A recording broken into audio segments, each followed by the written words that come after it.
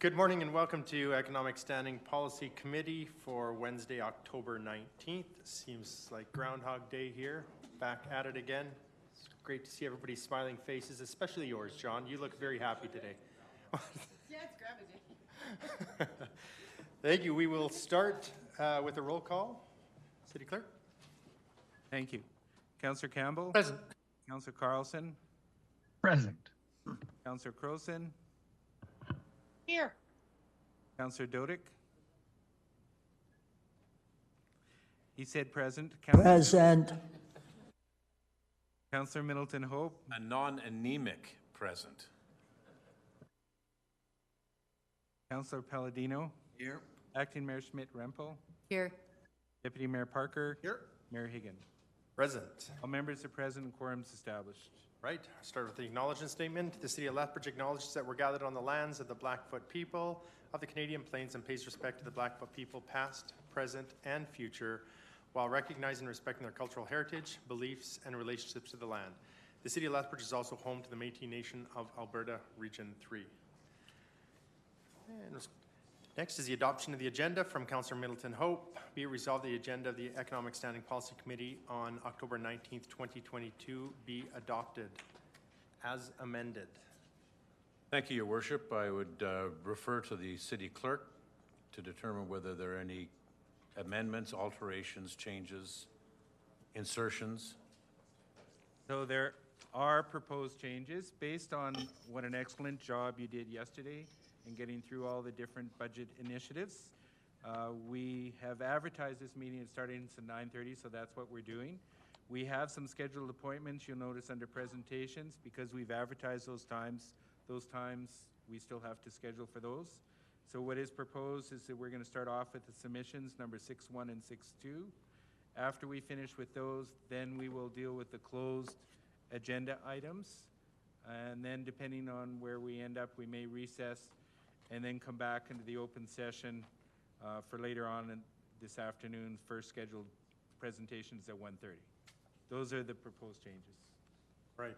Are there any concerns or any questions, comments on the proposed changes? Is that not right? Oh, you go ahead, Councillor Middleton Hope. Are there any concerns or questions in regards to the proposed changes? Hearing none, I call the question. The question has been called. All in favor? Any opposed? Oh, Councillor Carlson. Sorry, Mr. Mayor, I did have my request to speak on, Yes. only because I do have to sneak out in about, pardon me, 15 minutes to chair another meeting, but I'll hopefully be back by 11. So I'm not sure what the actual timing of everything will be. Just to add on to that, I have to chair a meeting at 11 o'clock, 11:30 for another group. So, but just so you know, just so if we do step out. Right. And you said you have to as well, Reiko? All right. With that, the question was called and we did vote in favor of that. So we will move along to the amended, which is submissions 6.1. We do have, I'll read the resolution and then open it up for questions on the submission on affordable and social housing operating grant options. Be it resolved, the Economic Standing Policy Committee recommend to City Council that the city only offer capital grants to affordable and social housing providers. And we'll open that up for questions. And I do see, Councillor Carlson, are you still in from previously or did you have a question on this? Sorry, my hand was still up. Sorry, Mr. Mayor. Your Worship, I wonder if we could see the motion. That put up?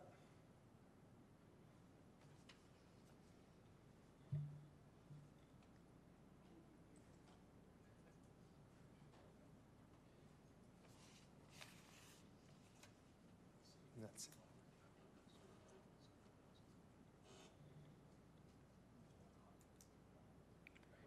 it. Then the question you can, if you have a question? Well, yes, I'd like to have a little bit more context than what What is that? All right. Well, context first, entertain Councillor Middleton Hope. That would be directed City Manager as designate, I take it. for a little more context on this.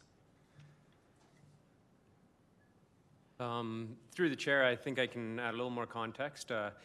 As that's laid out in the report, it talks about the different municipalities we reached out to in forming an operating grant, and most areas do not operate operating grants unless they own and operate a housing corporation or association. And also it is harder to limit the amount of taxpayer money. When we reached out to CMHC, it was about the 20 years that you guarantee the funding. There are other options though. So in the options section, there are, if council wishes to proceed with this, there are a variety of options that we could offer an operating grant. But in administration's review of this, we have said that we should only be offering capital dollars if we're getting into the housing area, as it's not the direct responsibility of the municipality to get involved. But there are jurisdictions, as are outlined in the report, that do decide to get into operating grants, and those different options have been provided in the report. Councillor Middleton Hope, did that suffice your question, or do you need more clarification? No, it didn't, but I'll let my colleague ask his question while I conduct a little bit more thorough review of the documentation. Thank you. Councillor Dodick. Thank you. So in looking at the report, 6.1, there's a reference to new initiative C5.1. So I take it that is sort of the backup information in support of new initiative C5.1. Is that correct? Through the chair, yes, that is correct. That this is all related to that initiative that is in the budget process. I see that that particular initiative is $305,000 per year from taxation ongoing, and the summary notes that housing is not within the municipal jurisdictional mandate. So my question to Mr. Matthews is, if this particular initiative is not approved, the $305,000 that's proposed for it could be used for other municipal purposes. Is that correct? Through to the chair, to Councillor Dodick. So this one here is an initiative, and yes, if council chose to allocate this to a different piece. Now, keep in mind, this isn't approved in the budget yet, this amount. So once again, if you didn't do this, you could do something else with those dollars, I guess, from the point of view of an initiative. Once again, though, this is not in the base budget number of 3.77. It's within the initiative component of that as well.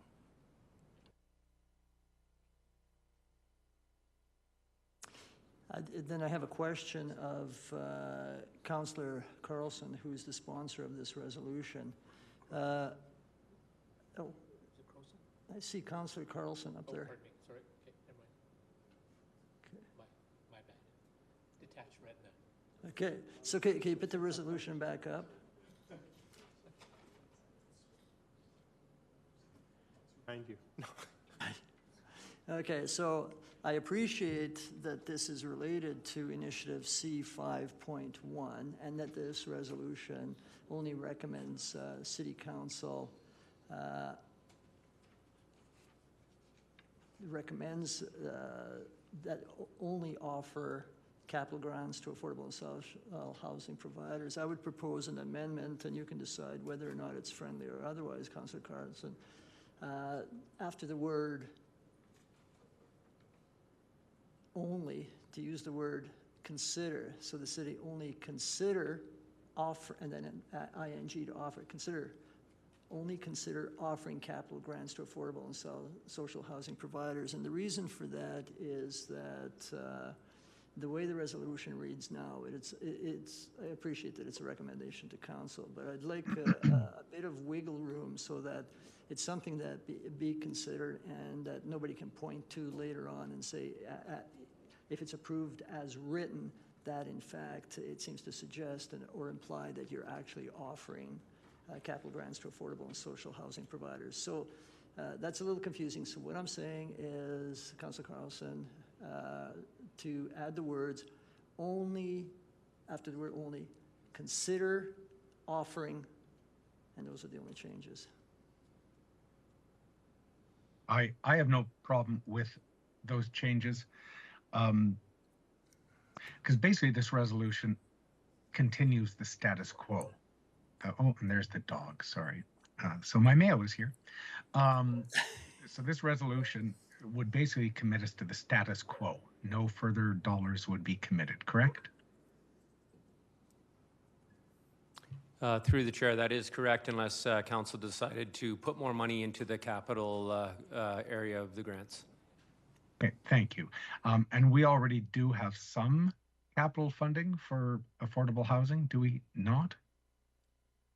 Through the mayor to Councillor Carlson, that is correct. There is the CIP resolution of $5 million that's inside of there for that project, and there's also the annual allocation that's inside of the housing fund as Right, well. and that comes from Lethbridge, or I guess Opportunity Lethbridge.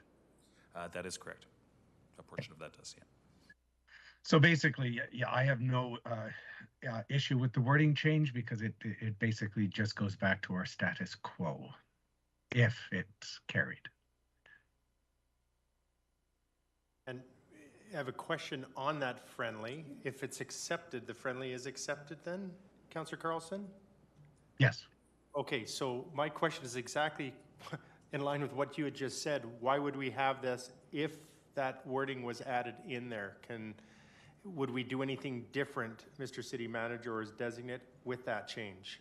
Because I think it's pretty much the same as what we're doing now if it was consider, or I'm sorry, it was consider? Is it up there? Consider offering. So would that be any different than what we're doing now? I don't believe it would be different than now. I believe the wording currently, it would get rid of the operating part, so we would take that out of the budget initiatives if it was passed. But if it was changed to consider, then we would still talk about the operating grant throughout the budget initiative. Thank you. Any more questions? I do have questions here on the resolution. I don't know if it is on the amended or if they're on the, I guess it would need to be on the amended if we are going to vote on the amended first. Actually, sorry, Mr. Matthews, you have a question? Just a follow-up question on that last piece. I think the consider is a good piece instead of offer.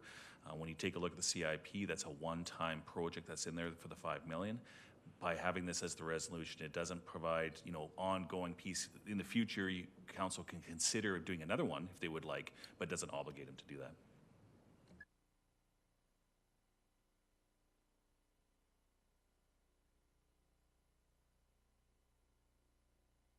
So is there any objection to having that change that has been put in, or is that considered friendly and everyone is okay with that? Okay, if that's the case, then we will move along. Councillor Croson. I'm sorry, Councillor Carlson, you were still lit up there. Is there anything you have to add or? Just, I had a further question because my understanding would be that if this is just my understanding, and I'm probably wrong, I've only had 4 cups of coffee. If this passes, we go to status quo, and we would, I'm going to assume, not even be considering C51? We heard that we still would. Is that not? Through the mayor to Councillor Carlson, I think that's still, if Councillor Carlson wants to bring that forward as a council initiative, you still could have that debated in November as part of it. It would just that from this point of view, from this report, it would stop it from here. Okay. So still, I guess what I'm trying to say is a councillor can still bring forward that initiative if they would like. Agreed. Now, I wasn't clear that was a council-directed resolution, so thank you. Right, Councillor Croson. Thank you. Regarding the report, you said you talked to CMHC and other municipalities. Did you speak with any of the providers in our community to see what is actually stopping them from building housing projects? Thanks for the question. And through the chair, we have talked to service providers, and I believe the biggest barrier for projects moving forward is the upfront costs of the permits. And you'll see we are bringing amendments to the capital grant soon that will have options for council to consider upfronting some of the permit allocations at the front end of the grants. And there's different municipalities. Calgary puts 50,000 up front, and they said they noticed a big difference in the uptake and applications and building.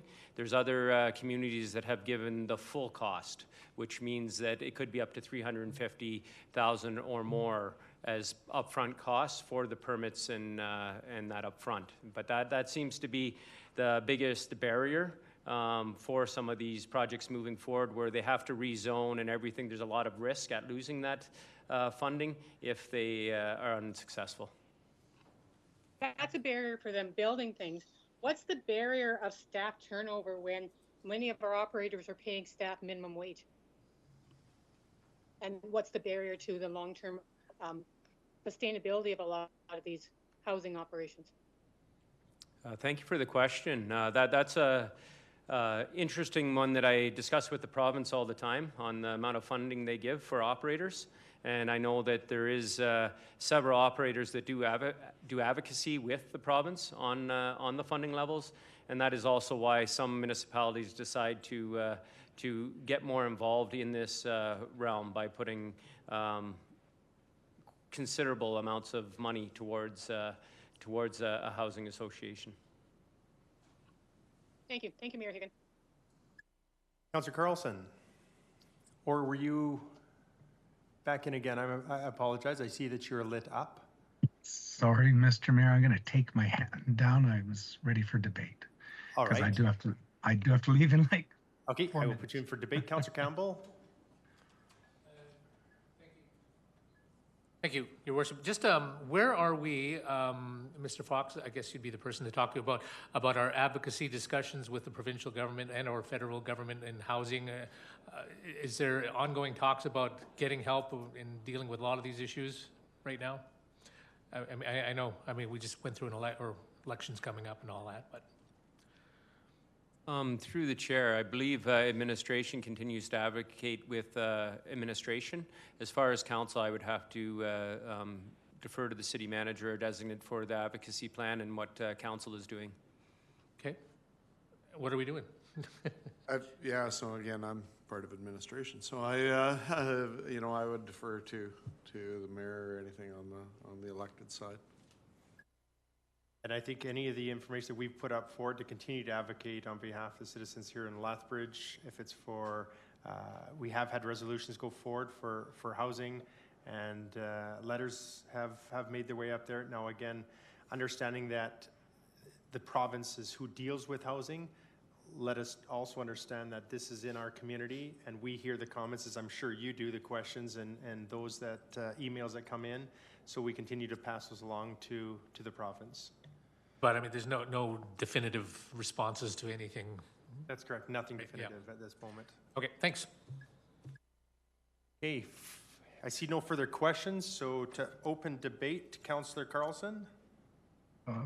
Thank you, Mayor Higgin. I would appreciate my colleagues' support. I think the status quo is in my opinion, the way to go. This could be a very risky path to go down, and we did venture down this path recently, and it's had some reverberations in our community already.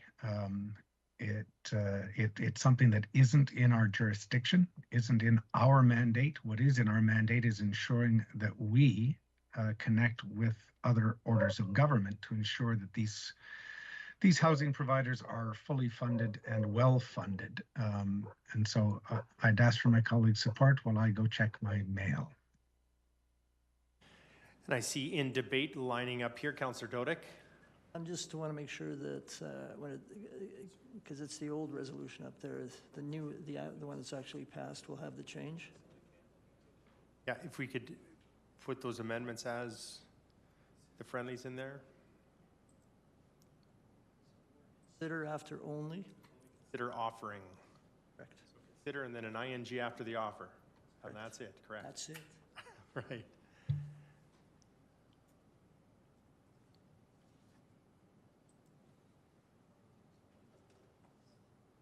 Doesn't have to be done right now, oh.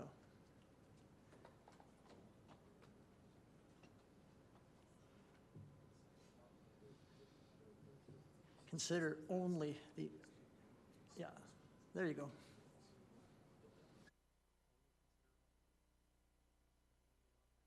Only consider offering did you have before, or consider only, it doesn't really matter either or, right? All right. Okay, Councillor Dodick, did you have any debate with this, or that was it? All right, Councillor Croson? I will be voting against this resolution. If the current status quo is actually working, we'd have housing in Lethbridge. Our advocacy and our letters would be actually making momentum at the provincial level. It's not working, and we know it's not working. And yes, this may be a bit risky, and we can have that debate in November about whether or not we want to take on that risk. But things are not working as they currently are. Let's stop being blind to this. Let's take some action as a municipality and move ahead. So I would suggest that my colleagues vote against this, and let's do something for our community.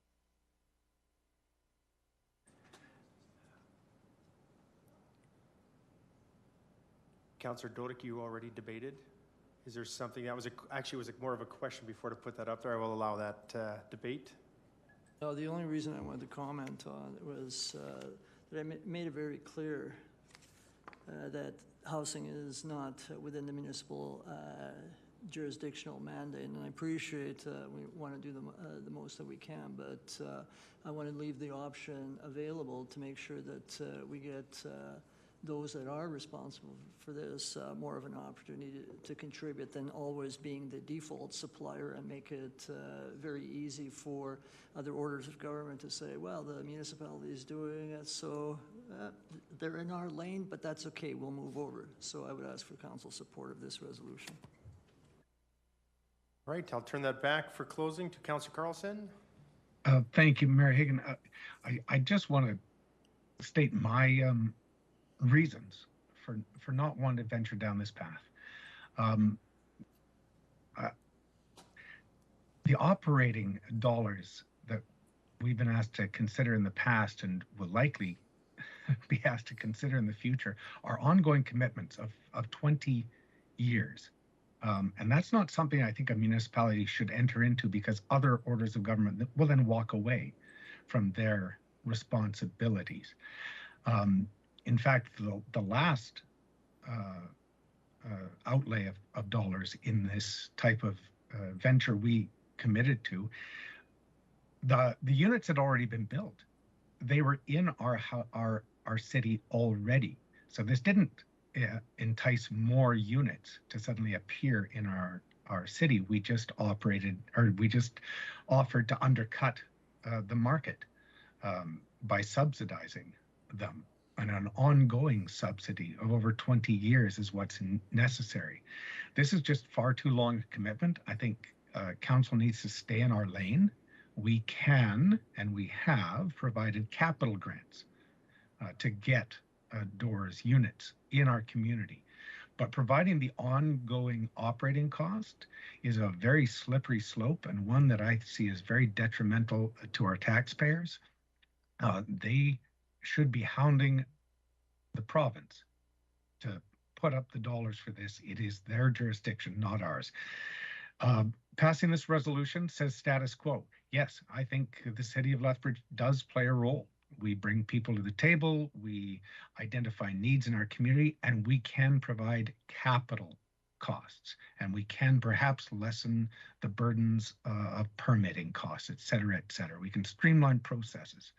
But to say that we're now going to be on the hook for millions of dollars in long-term operating costs without really any strong agreements between us and these groups, it's just here's some money, I think is just dangerous. So I hope my colleagues will support this and stay in our lane. Thank you.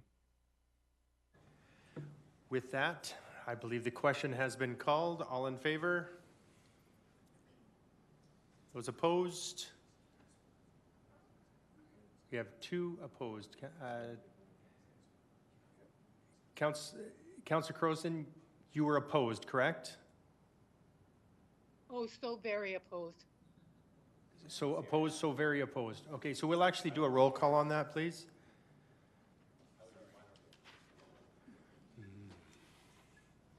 Councillor Carlson, In favor. Councillor Croson, Very opposed. Councillor Dodick, Very in favor. Councillor Middleton Hope, Opposed. Councillor Palladino, Favor. Acting Mayor Schmidt-Rempel, In favor. Deputy Mayor Parker, Favor. Mayor Higgin. Favor. The vote is 7-2 in favor. Councillor Campbell, sorry. Yes, in favor.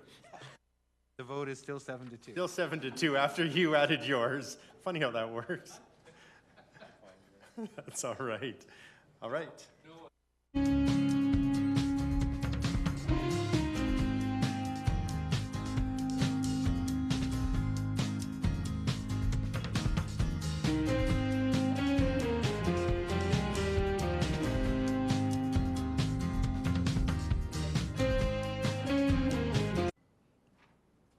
Test, test. Oh, there, we're back again. All right. I have a submission, excuse me, 6.2. Be it resolved that the Economic Standing Policy Committee recommend to City Council that a draft community revitalization levy application be initiated with a progress update be provided to the Economic Standing Policy Committee by April 2023. So it was a submission in our package from Acting Mayor Schmidt-Rempel. Is there any questions on this submission from what you've seen, my colleagues? Councillor Dodick? Mr. Mayor, just before we jump into this, I do have to sneak out, so I just wanted to make sure that the city clerk knows that I'm leaving, but I'll be back as quickly as possible. Thank you. Councillor Croson. We'll call you Councillor Carlson for the day. Thank you, Councillor Carlson.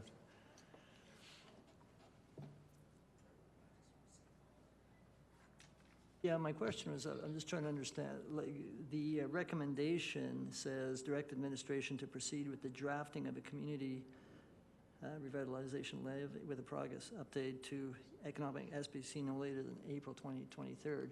I'm just curious about that wording, that a draft community revitalization levy application be initiated. Is it, like, the wording is a little different. Initiated means a little bit something different to me, but if the tenor and intent is to proceed with the recommendation that's set out in 6.2, I'm fine with it. I was just trying to wrap my head around the wording, which is a little bit different than the recommendation. But as I said, if the tenor and intent is to go with the recommendation, I'm okay with it. So I just want confirmation that that's in fact the case.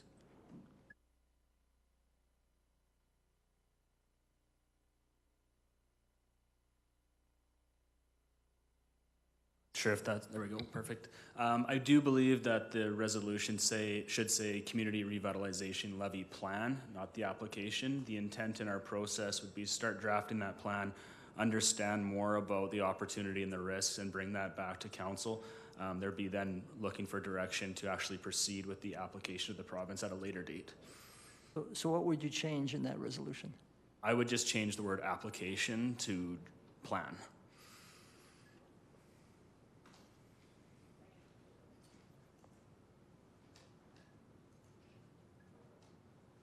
And I'll move to Acting Mayor Schmidt-Rempel. We'll take that friendly coming from Councillor Dodick. Be my friendly amendment. Well, and I was actually going to ask the same thing because I had looked and compared to when I was going through the package and was going to ask the same thing. So, is there any objections, my colleagues, on that? All right. Seeing none, that is the resolution that we do now have on the screen in front of us. And I'll entertain further questions. Councillor Campbell. Thank you, Your Worship. Just curious, the CRLs come from the provincial government, am I right? And if so, is there any scenario where this will no longer be viable, or I mean, is there a risk? I guess there's no real risk, but just I know historically that they've been in and they've been out, and how long will they be in again? To Councillor Campbell, we don't know how long they'll be in again, but that your memory is correct that they have been in and out. So they were first introduced over a decade ago. They were successful in putting 5 in place, Cochrane, Calgary, and Edmonton. And then they closed it. They left it in the MGA when they reviewed the MGA, so we always thought that there would be the intent to reinitiate, which they just have. We put in a council submission about a month ago just to put it on the radar because we didn't want to fall behind and potentially miss the opportunity again if it's the right opportunity. So we'd like to move forward fairly quickly in the drafting of the plan so that in the hopes that we don't miss an opportunity should it be the right one to take. Good, thank you. Thanks, Mr. Mayor. All right, I see no further questions. So to open debate, Acting Mayor Schmidt-Rempel. So I would ask my colleagues to support this, largely because we just have heard that sometimes it's open, sometimes it's closed. It's a good opportunity for us to take advantage of this. The province of Alberta has reopened the ability for municipalities to apply for CRLs. This is a financial tool to build public infrastructure projects in a specific area by borrowing against future property tax revenues with the ultimate goal of revitalizing the area. And we do have some areas that we are currently looking at revitalizing. Our administration is looking to us to support to proceed with the next steps towards this, which would be a draft of the CRL plan and an update to come to Economic Standing Policy Committee in April 2023. Any further debate? Seeing none, I take that as your opening and closing. Question's been called. All in favor? Any opposed? So carries. Now have a motion to go into closed session. Councillor Campbell, all in favor? All right, we're now in closed.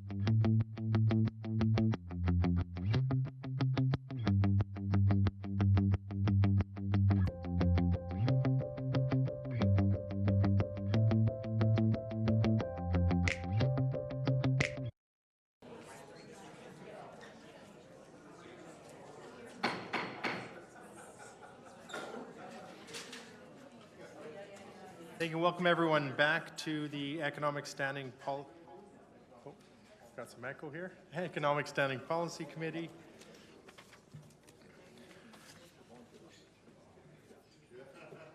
We'll continue with presentations. First on the list, oh, this is really echoey. First on the list is Amanda Jensen, Executive Director, and Kim Lang, the Chair for Volunteer Lethbridge. If they are here, if you come up to the mic, and the time is yours. Oh, I'm sorry, if I just take just a minute to do a roll call before. I know that we were all here before, but we better confirm that. Mr. City Clerk, if we can do that. Thank you. Councillor Croson? I'm here, but I can't see any of you, so if I could get my screen on, that would be awesome. We'll correct that. Councillor Dodick? Present. Councillor Middleton Hope? Present. Councillor Palladino? Here. Acting Mayor Schmidt-Rempel? Here. Deputy Mayor Parker? Present. Mayor Higgin? Present. Councillor Campbell? Present. Councillor Carlson? Here. All members are present and a quorum established. Right, thank you. My apologies. The floor is yours. So first of all, we over-prepared. We have way too many slides, so you'll be hearing me say advance. And I'd also like to just take an opportunity of saying thank you for the opportunity of presenting. We'd also like to echo the acknowledgements of many others that we are on the traditional lands of the Blackfoot and Métis Region 3. So if we could advance that slide, please, and the next one, and the next one. And one more, please. Okay, so we're just going to talk about the sector of the volunteers. So if I can have one more advance on the slides, that would be awesome. Thank you. So across Canada, and I know you've been hearing this from every other organization, we do see a decline in funding that's happening at all levels. We also see the decline in the number of volunteers that are out there. We also see, though, across Canada, different levels of government having to download some of their responsibilities and looking for more opportunities of partnerships and delegation of services to the nonprofit sector. Prior to my retirement, I worked with St. John Ambulance as the Vice President of Public Relations and Business Development, and I can tell you there is a lot of organizations that are struggling, and we know that. So what we want to do is highlight for you some of the solutions that we have, as well as some of the asks that we have. During the pandemic, Volunteer Lethbridge was asked by the City of Lethbridge to develop the Keep in Touch program.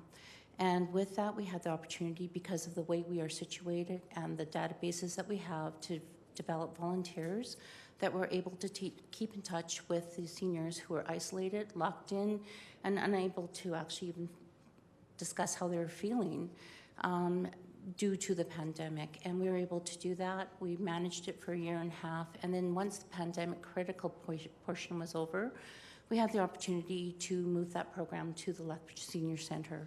And that's, again, just an example of some of the capacities we have as an organization. Some of the other things, sorry, next slide. Some of the other immediate opportunities that I'd like to speak to, and then Amanda will speak to them in more detail, is to understand that we have an existing funding model that is not only in place, but we have the capacities to work with all nonprofits and even forest sectors to beat a capacity of screening volunteers.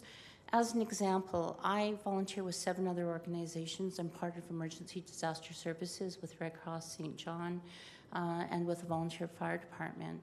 I'm counted 7 times as a volunteer. I've had to be screened 7 times in the vulnerable sector, and I've had to be on board at 7 different times for different organizations.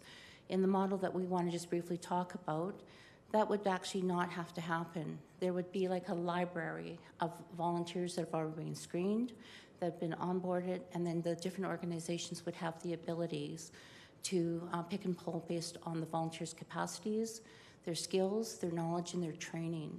And so these are some of the things that we have the ability to do. The other thing I just want to touch on before I give it to Amanda here is the increased capacity we have to work with organizations, and that's really what we want to bring forward as a solution. If we were to be able to get the funding that we're asking the city for, we would actually have the abilities to make every organization, as well as even some for-profit organizations, more effective with that process. So Amanda, if I can have you speak, and then I'll finish up. Good afternoon. So a traditional volunteer center model, followed by any that I know of in Canada and the United States, is that the volunteer center does an excellent job of posting volunteer opportunities, trying to connect nonprofit organizations with community members that want to participate in their community. What's missing there is the relationship between the volunteer center, the nonprofit organization, and the volunteer. And that's what we're doing differently here in Lethbridge. We are inserting ourselves into that relationship so that not only are we promoting opportunities that are available for community service through our nonprofit members, but we're able to manage that relationship. We're able to place volunteers in a place where they're going to maximize the opportunity for their success, but we're also screening them. It takes 3 to 4 hours to effectively screen one volunteer for a volunteer position. So if you can imagine a larger organization, the number of volunteers that they are bringing in and the amount of time it takes for them to do that, we're totally removing that from their lens of, or their scope of responsibility. So by the time a volunteer arrives at their location, they're ready to be onboarded and ready to work. The other thing that this centralization is going to do, as Kim alluded to, is to reduce the over-application and criminal record check functions that have to happen in a community every time an organization onboards a volunteer. So in this way, once you're screened by Volunteer Lethbridge, let's say for the purpose of volunteering for Big Brothers Big Sisters, you are able then to move to Boys and Girls Club, to the food bank, et cetera, without that extra screening function. The last thing I'll mention that this accomplishes is allows us to collect data in a way that we've never been able to collect before. So if anyone in this gallery was asked how many volunteer hours Lethbridge is responsible for and the economic impact of that, it would be very difficult to answer because we are operating in such a siloed model. This centralization will allow us to, a year from now, 2 years from now, 3 years from now, give you data that no other community will be able to produce. I see that my time is up, so I will turn it back over to Kim. Thank you.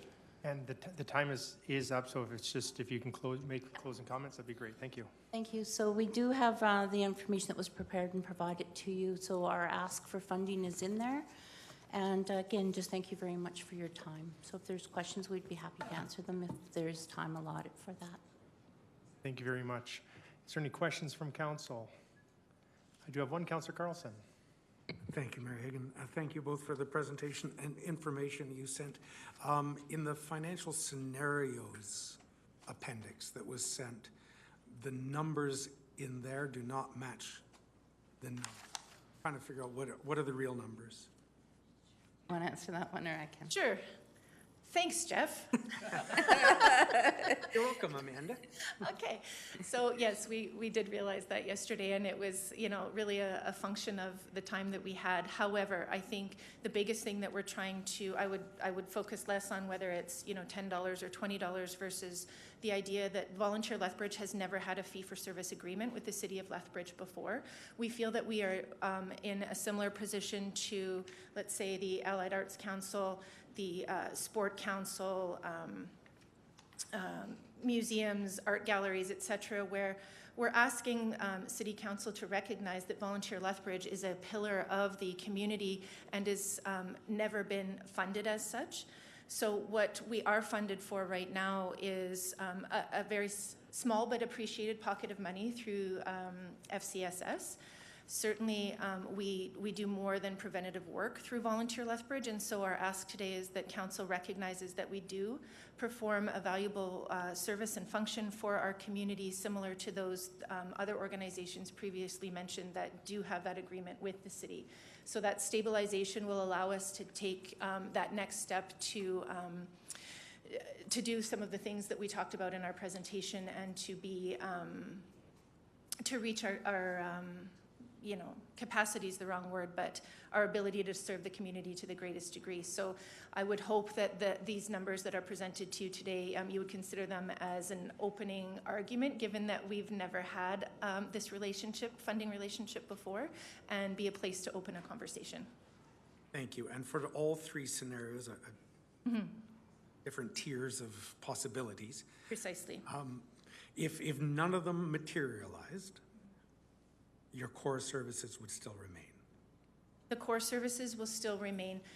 If I can say that this new operating model came about because of a request from the CSD department through FCSS to create a database of volunteers in a different way that has existed in Lethbridge before.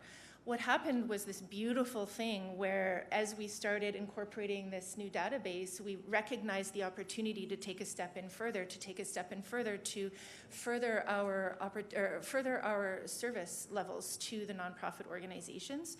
And so in order to do that, we need an investment.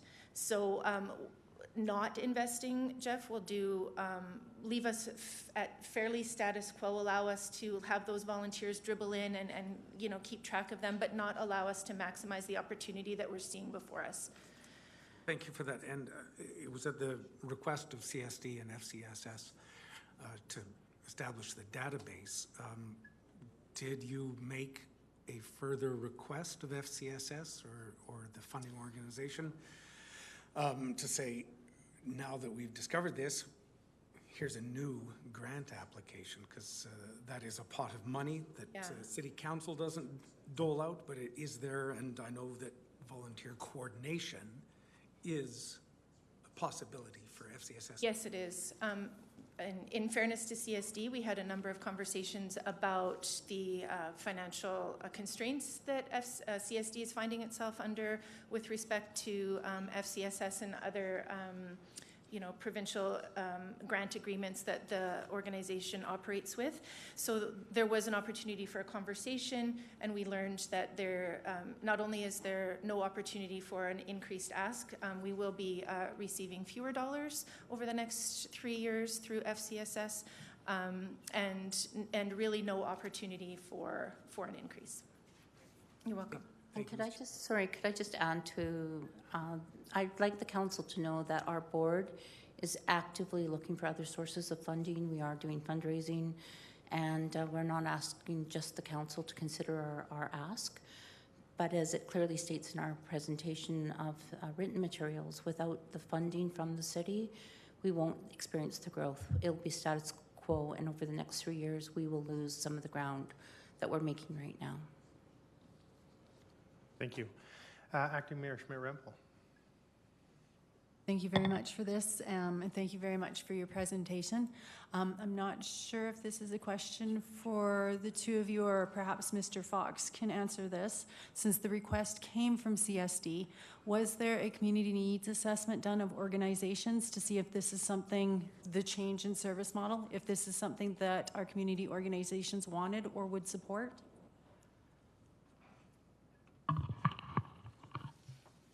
Through the chair, I think that's a complicated question where some of the community groups aren't involved in FCSS, and I believe some of the targeted areas that Volunteer Lethbridge would be targeting would not be FCSS eligible. So that's a different conversation, and all of our recreation and most of our fee-for-service agreements, in their current agreements that still have several years left on them, it includes retaining their own volunteers, and so that's a component in current agreements with some of the different fee-for-service groups. As for in social entities, I would have to look into the report that was done. It's not fresh on the top of my mind right now about that. Thank you very much. So just following up then on those fee-for-service organizations and those agreements, would we be looking at using Volunteer Lethbridge's service as a mandatory part of those agreements going forward when they come due? Through the chair, that would be a discussion point at the term of the agreements. Currently, I know that some organizations that are out there do use Volunteer Lethbridge, and we would leave that open to Volunteer Lethbridge to approach those organizations at this time. not forcing anyone into a mandatory situation at this time. Okay, thank you very much. Was there anything either of you wanted to add? I would love to address that. I think that for any for-profit, nonprofit, whatever the business model is that's offering a service, that we are offering something that is valuable, and certainly we would not want or need to conscript anybody, I don't think, in order to participate in what we have, because what we are offering is a service that is valuable, that shouldn't have to be forced on anybody. Just for point of clarity, for those of you that may not be familiar with Volunteer Lethbridge, we are a member-driven organization.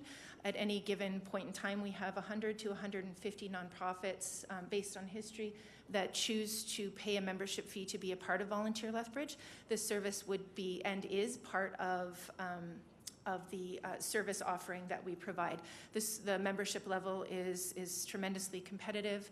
I will also mention that the what we're offering to the community is it's revolutionary. There's no other organization like ours in Canada or in the US that is doing the work in this way.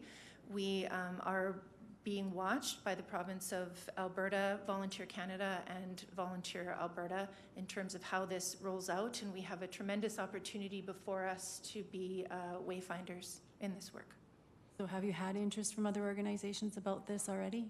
Yes, we have, and we have a pending meeting from Deputy Minister of our ECAP agreement, another one of our larger funders, coming up in the next couple of weeks. This screening model really is, it has the opportunity to change the game in terms of how we provide human resources to our nonprofit organizations. So have you heard from any local organizations so far on this? We've heard from them in terms of who our membership is. So like I say, we have about 100 nonprofit organizations in Lethbridge that choose to be a member of our organization right now, and they are absolutely, you know, I would say 99% of them are very thrilled with the number of volunteers that we're able to provide to them, and the quality of volunteers that we're able to provide, and the readiness that they are able to show up into the workplace to perform the task at hand. So we have really nothing but, you know, good things that are being reported from the people that have already invested in us. Thank you. Welcome. Sorry, may I just add to Amanda's comment, specifically what you're asking? Not only is it about the volunteer database and having volunteers ready, and obviously the City of Lethbridge would have access to that during times of emergency services, you know, even during the pandemics, epidemics that may be. But the bigger thing we also offer is training. We support board development. We have a database that our membership can access for other types of leadership programs. And that's, again, something that a lot of organizations don't have the capacity or the monies to be able to put towards that. And so, again, collectively, if we can offer that, they're benefiting from all the expertise, knowledge, and partnerships that we already have. Thank you, Councillor Dodick. Excuse me, thank you. My question is the City Treasurer. We have this as new initiative 63. There's no numbers attached to it. Using the numbers in the presentation, actually, if you could give the numbers for the years, could you let us know what the impact on taxation would be using those numbers? Thank you.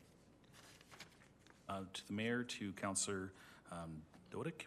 So I'm going to go by the summary page inside of it because it's the higher number at this stage here. So in 2023, the numbers for scenario one is 369,700.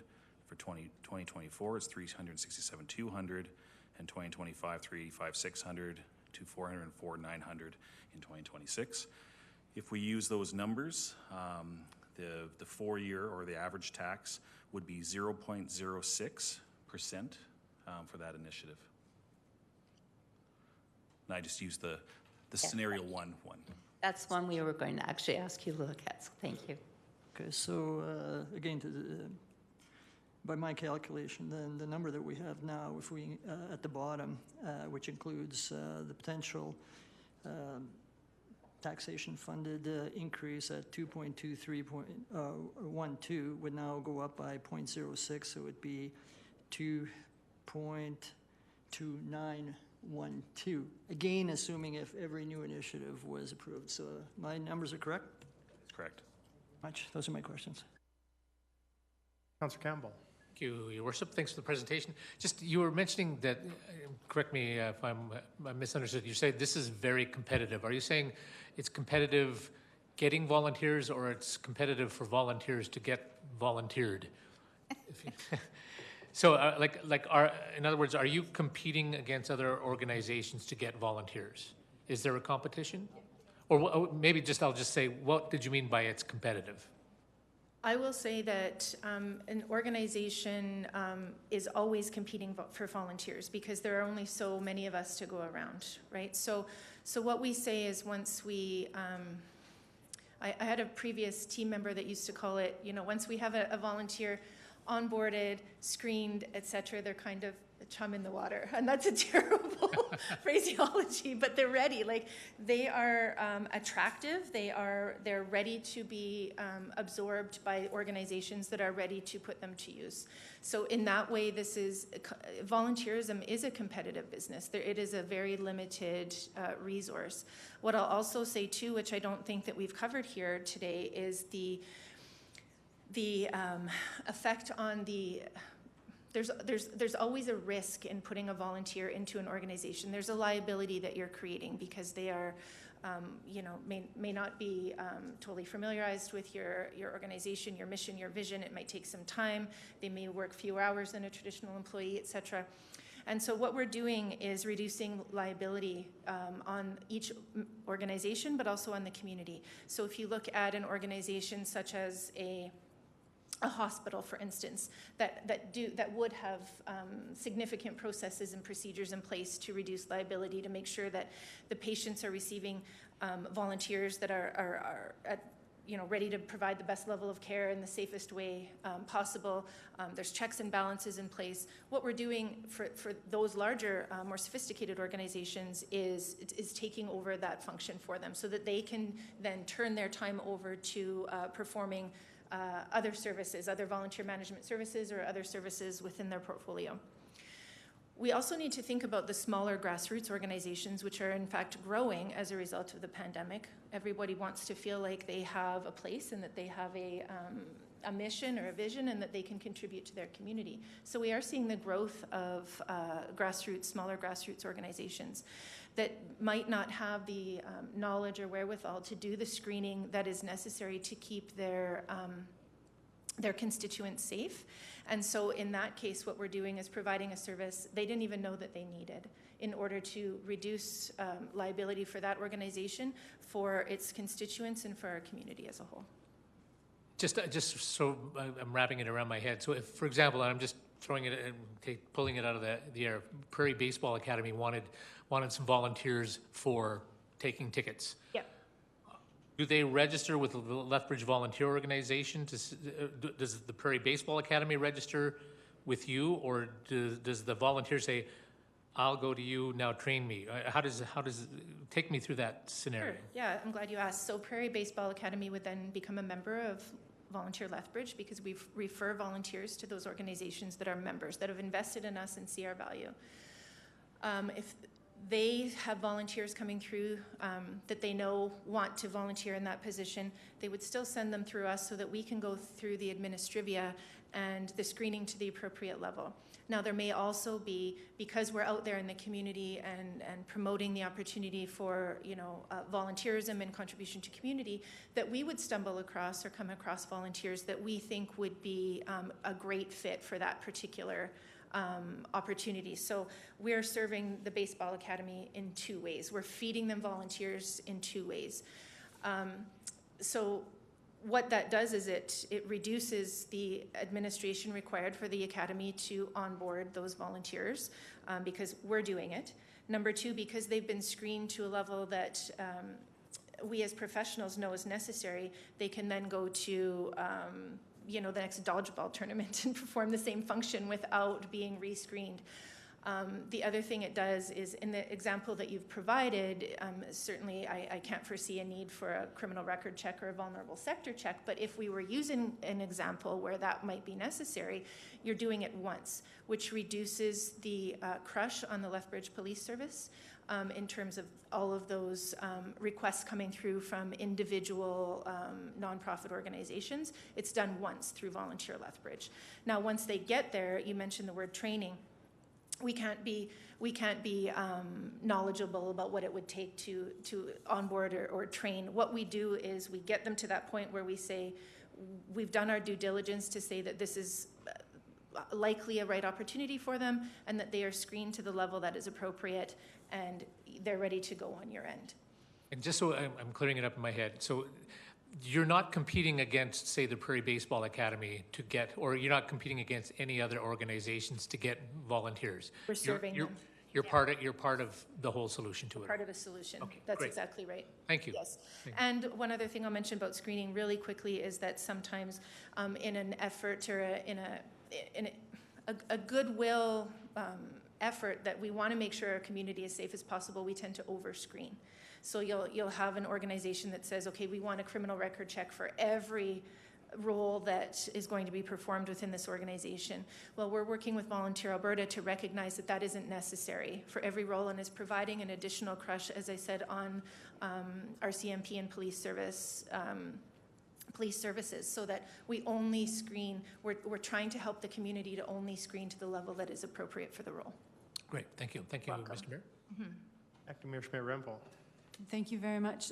So I had another question just in going through the documents that you submitted here, and specifically in your About Financial Scenarios document, you indicate that specifically without funding stability, the membership manager position will be lost, resulting in a loss of opportunity for revenue generation through membership sales and earned revenue on enhanced screening services. Why would you cut the position that generates revenue? That position is currently funded by FCSS, and I mentioned a decrease in our FCSS contract.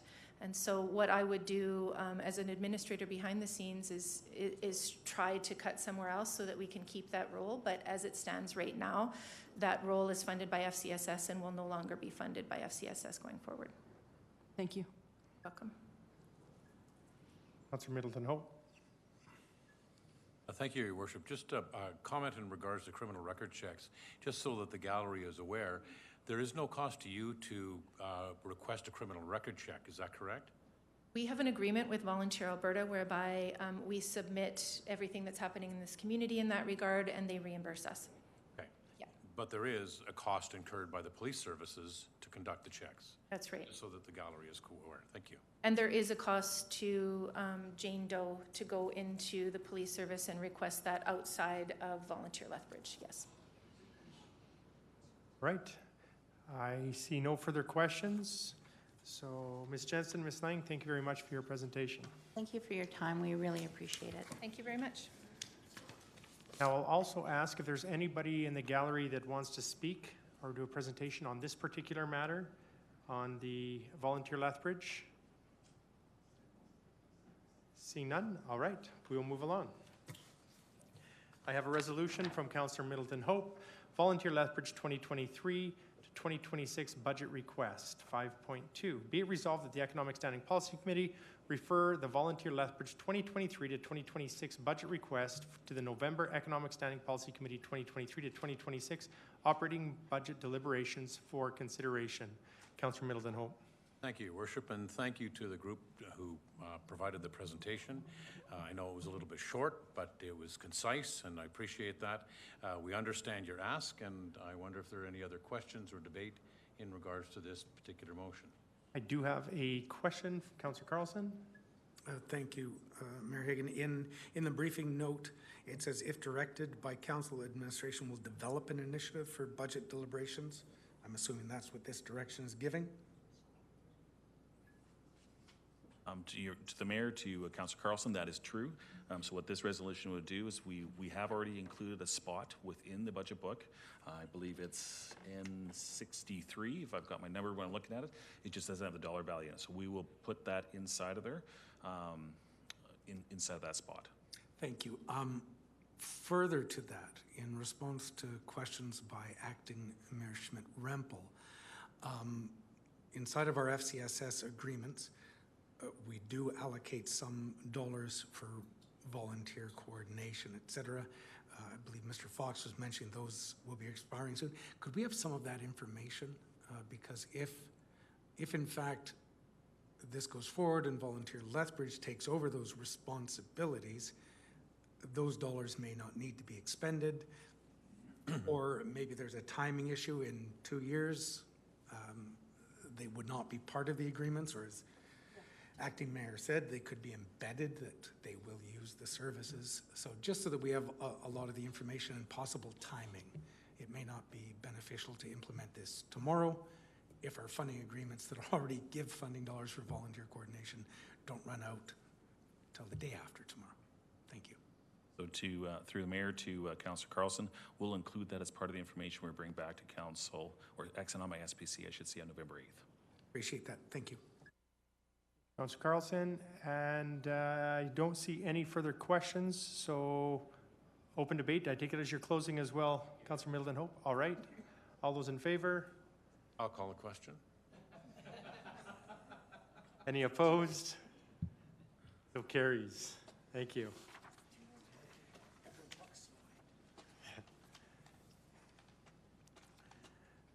All right, we'll move on to Lethbridge Destination Management Organization funding. And the first presentation from Mr. Elliott, Director of Customer, Corporate and Commercial Services, regarding LDMO funding research and recommendations.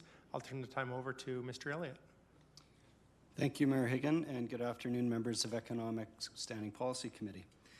The purpose of today's presentation is to return to Council to report back on Councillor Carlson's official business motion from July of this year, to share with Economic SPC any recommendations regarding our tourism model here in Lethbridge. Before I get into the presentation itself, I would just like to acknowledge that there are a number of key tourism partners in our community, which is not unsurprising given the structure of our model, and it's similar to other models around the country. This would include folks like the arts community, the sports community, the Chamber of Commerce and Business community, Economic Development Lethbridge, the Exhibition, the NMAX Center, Lethbridge Lodging Association, and of course Tourism Lethbridge, who is our fee-for-service provider. Today's presentation is about prioritizing a path forward for better collaboration, specifically between the Lethbridge Tourism and the Lethbridge Lodging Association. Just comments before moving to the next slide. What I would say is that with respect to where there's agreement on where we're at as a tourism model in the community right now, is there's agreement that tourism is a critical component of our regional economy here in Southern Alberta, and perhaps now more so than ever. Has it never been more important? There's also agreement that the current situation is divisive and not as successful as it could or should be. Next slide, please. In terms of background information, the Lethbridge DMO, or Destination Management Organization, is Tourism Lethbridge. That is our designated organization.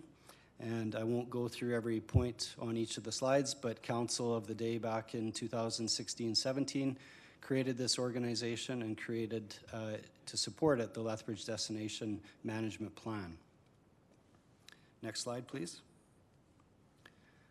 The Lethbridge DMO does not have members, nor does it collect any money outside of the fee-for-service arrangement with the City of Lethbridge and Travel Alberta, and perhaps other organizations relevant to the purpose. I won't profess to know everything about both organizations. Next slide, please. Regarding the Lethbridge Lodging Association, this is an independent entity, which again is very common in other jurisdictions. It's not formally associated with the City of Lethbridge or Tourism Lethbridge.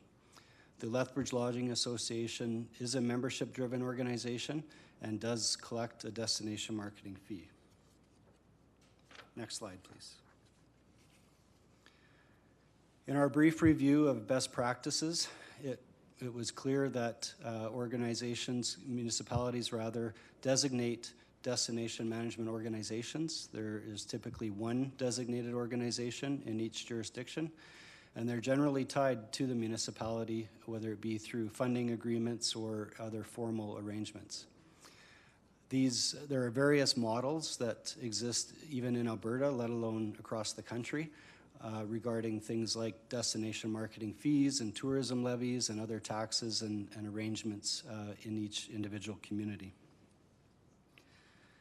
Everyone seems to do it a little bit different, but nobody seems to do it quite like we do here, and I'll get into that. Next slide, please.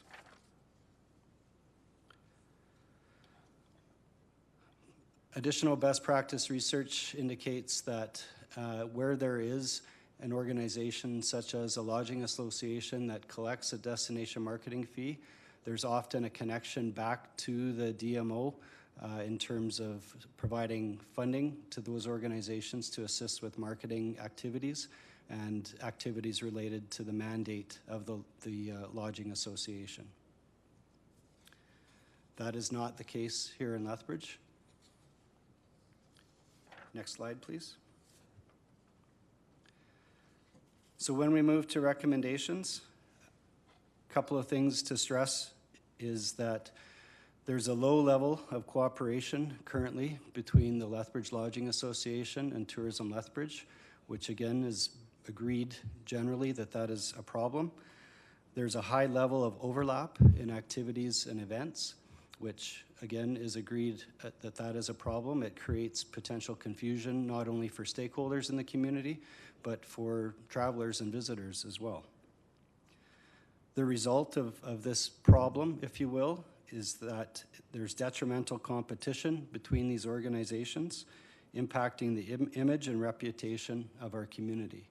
There's also potential that we're not seen as being coordinated in our efforts and therefore potentially lose out on additional funding opportunities, whether it be through Travel Alberta or other organizations. Ultimately, this leads to a tourism product for the Southern Alberta region that everyone agrees is not where it should be. The recommendations today are to ask Economic SPC through Council to direct the organizations to work together over the next couple of months and report back to Council through the Economic SPC on December 21st of a plan forward. And should that not be attainable by December 21st, report back on updates and look to Council for further direction at that time. That concludes my presentation. You still had 3 seconds, Mr. Elliott. I'll defer that to the next presentation. Thank you so much, Mr. Elliott, for your presentation, thorough presentation. Appreciate what you do and looking into this information, because it's something that we definitely need to find a solution going forward, how we can best market our community. So thank you for that. I do have questions, Councillor Carlson. Thank you, Mayor Higgin. Thank you, Mr. Elliott, for the information and the work that was done on this. Appreciate it. A question, in other jurisdictions in Canada, either the municipality or the province allows for, or actually legislates, the collection of tourism levies, direct marketing fees. Do we have anything like that in Alberta? There are examples of that, sorry, through the chair to Councillor Carlson. There are examples of that in the province. That is not our situation, obviously, here in Lethbridge, but that is permissible. And again, I'm not the expert in the nuances of what that looks like, but I am aware that in our research we identified municipalities that do have those levies in place. Thank you. So it's permissible, and is it legislated or is it voluntary? Again, I'd have to defer to the experts, Councillor Carlson. I'm not sure.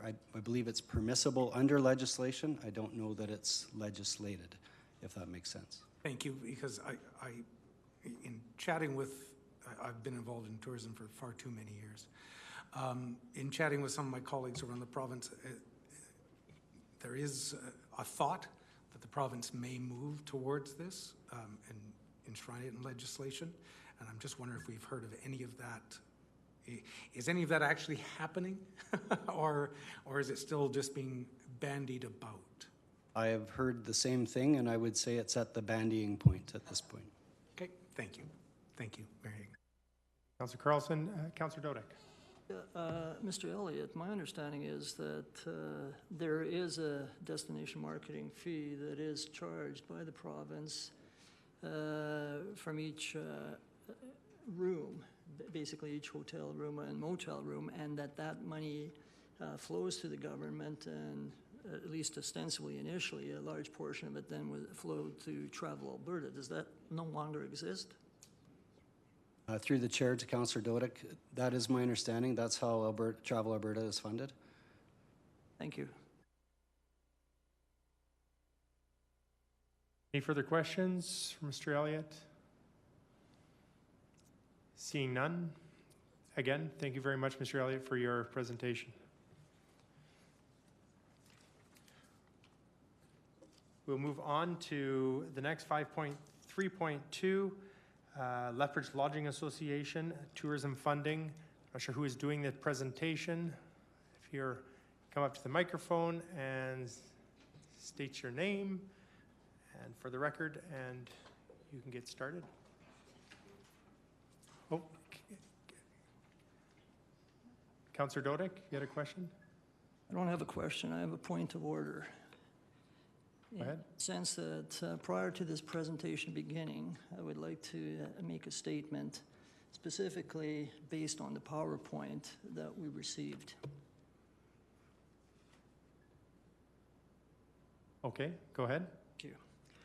On September 26th of this year, Tourism Lethbridge made a presentation to Economic Standing Policy Committee regarding some new initiatives they were proposing to be included in the upcoming budget deliberations. In their presentation, they essentially advocated in a positive manner as to why Council should look favorably at their requests. Subsequently, the Lethbridge Lodging Association, whom I understand represent approximately 75% of the hotel-motel rooms in Lethbridge, requested an opportunity to speak to this committee to effectively become the destination marketing organization for Lethbridge. That is essentially replacing Tourism Lethbridge. When I read the PowerPoint presentation, I was very disappointed to read in that presentation material that Tourism Lethbridge was referred to as being inefficient, ineffective, and that's just to give a few examples. This is my 4th term on council, and this is the first time I've seen an organization impugn another organization during the budgeting process. The Power presentation is a public document that, in my view, maligns Tourism Lethbridge. The potential for reputational damage to Tourism Lethbridge is obvious, in my view. Tourism Lethbridge has already presented their budget case and has not yet had an opportunity to respond, but they should be allowed that opportunity, and I see members, I think I recognize some, that are present, so I expect that they will be given that opportunity. Now, I want to make it clear that the Lethbridge Lodging Association is an organization that is important to Lethbridge. And I say that honestly and truly. It is an important organization and fulfills a good and great role here. But for me, it is unfortunate that the PowerPoint that was provided to us to advocate their position was done so in a manner not specifically and exclusively in a positive way saying why they should be the destination marketing organization for Lethbridge. I wanted to put that on the record for the reasons I've given. Thank you. Thank you, Councillor Dodick. I'll turn the time over now to Lethbridge Lodging Association.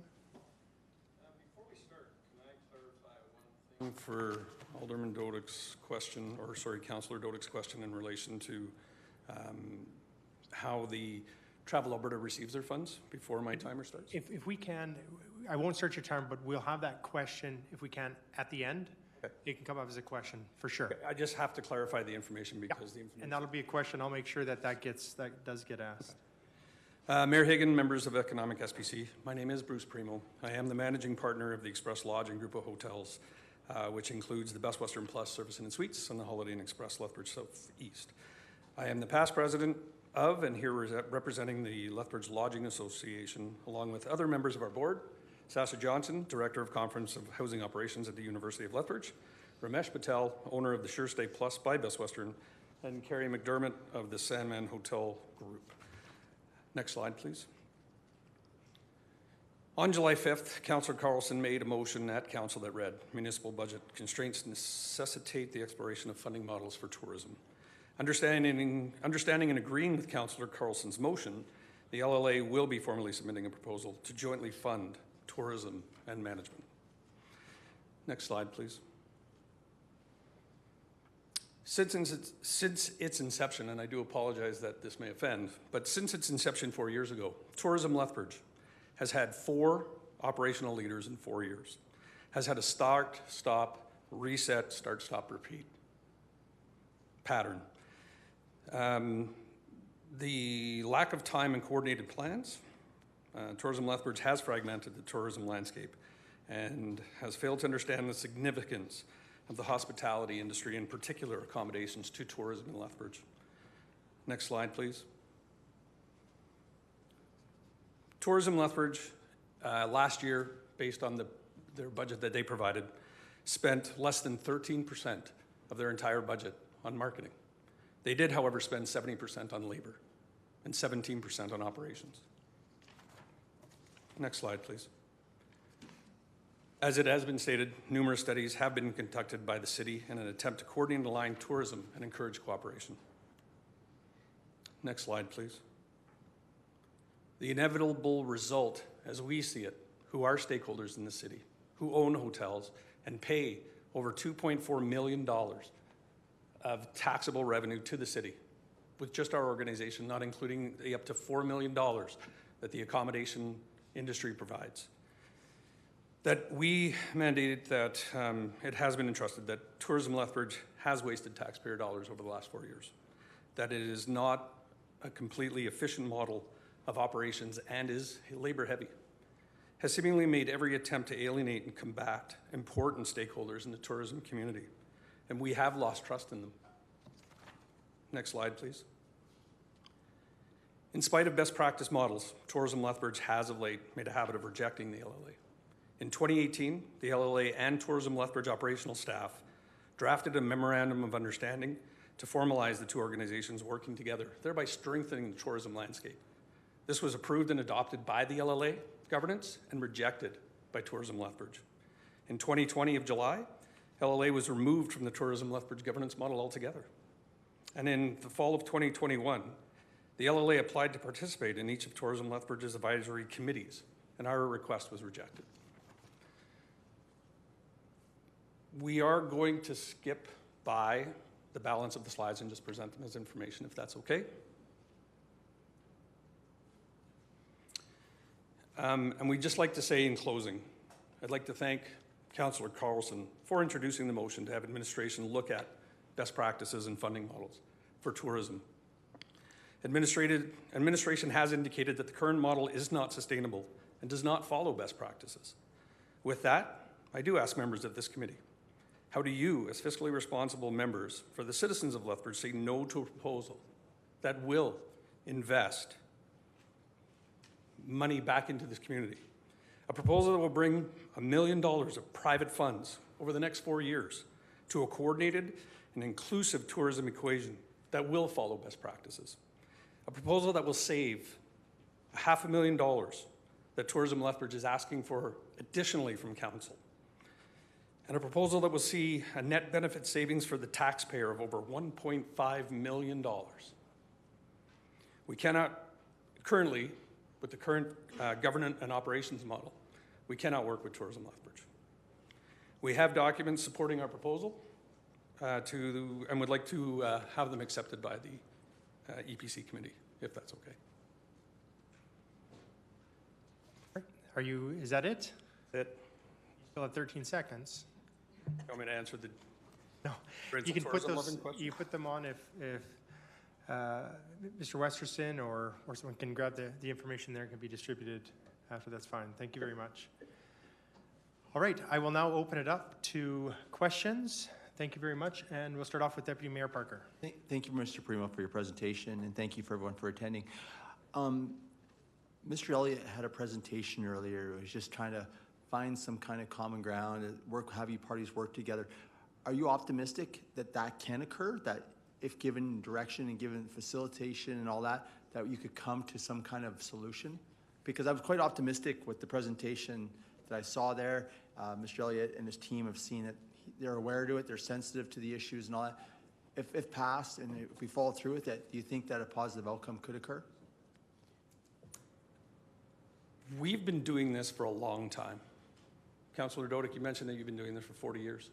The Lethbridge Hotelman Association, back when the El Rancho was here, they've been doing it for a long time as well. Our current incarnation of the visitlethbridge.com brand and the Lethbridge Lodging Association. We're the ones that are invested in this community. We're the ones that support and give back to this community. With the current governance and operational model of Tourism Lethbridge, I'm ever hopeful, but that will be the main point of any mediation. So you're willing to be at the table with an open mind then? I'm always willing to be at the table, sir. Thank you very much.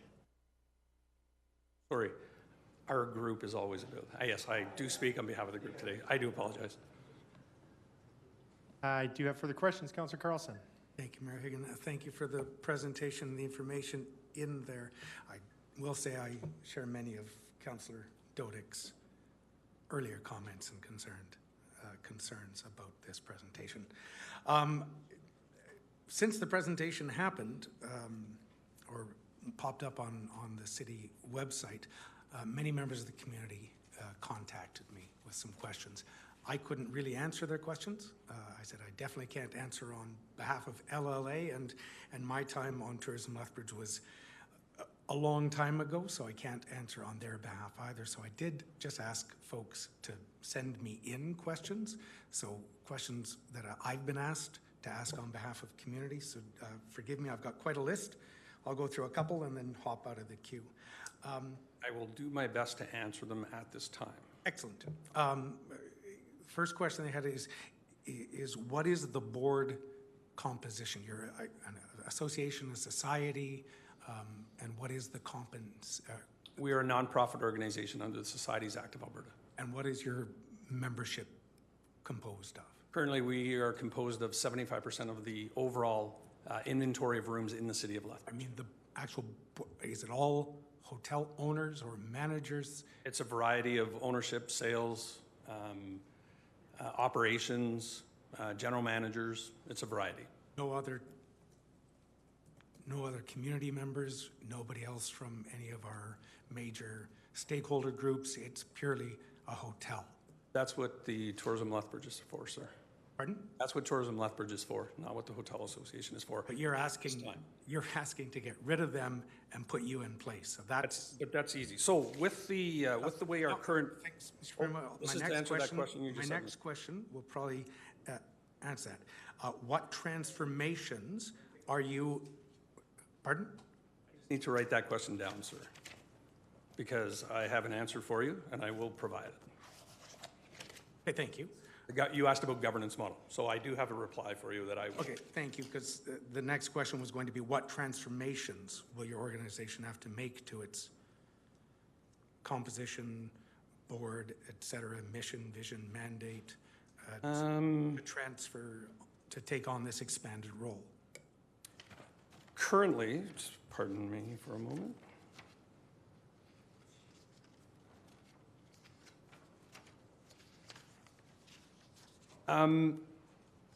With the way our board structure is, the ability to add additional stakeholders is as simple as a vote of the majority, or a vote of the membership, sorry, not the majority.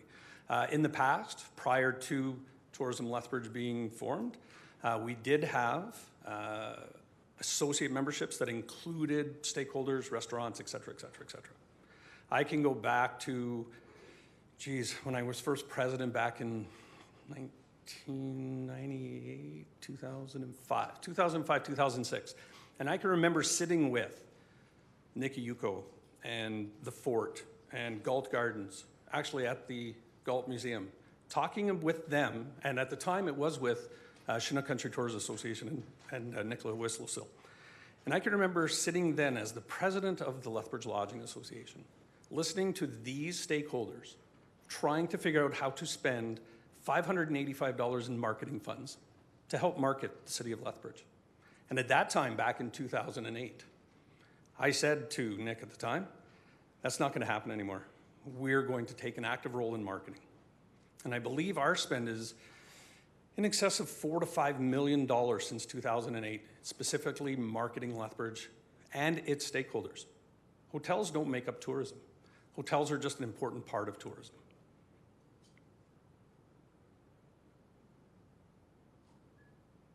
Thank you. I guess maybe that'll be a follow-up answer about how you'll transform your organization if you took on this role. Thank you. I've got many more. Mayor Hagan, I'll hop out.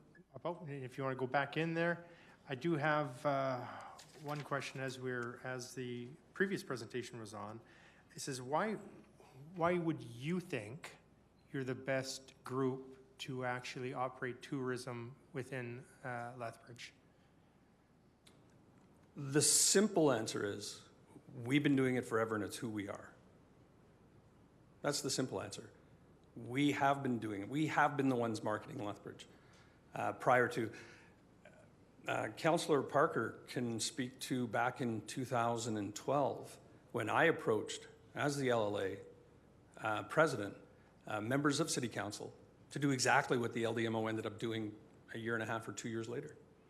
We had the time back then. We wanted to take a formal role in developing marketing strategies, in marketing the Lethbridge as a hub and spoke philosophy. We will continue to bring forward tourism opportunities to Lethbridge. It's what we do. During the pandemic, when everyone closed their doors, we worked on marketing Lethbridge. We came up with spotlight rooms in hotels, for example. Our spotlight rooms included helping to market the curling event in Lethbridge, at the Lethbridge Lodge. It was a spotlight curling room. We did nooner specials at the hotels. And I know it was a giggle at the time, but the amount of family members who came for a 3-hour only time in the pool areas, for example. The Lethbridge Lodge had their concert, correct me if I'm wrong, courtyard concert series. Very innovative. We continued to work and market. We didn't work from home. We didn't have that luxury. We didn't close our doors. We didn't have that luxury. We continued to develop marketing strategies and tourism strategies for the region. Thank you. Next, I have Councillor Crowson.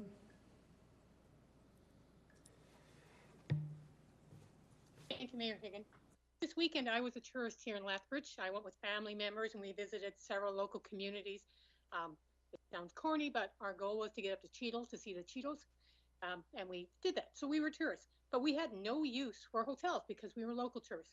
And one of our largest tourist group are staycations, are people who are tourists in their own backyard. What role would a hotel association have in that sort of tourism?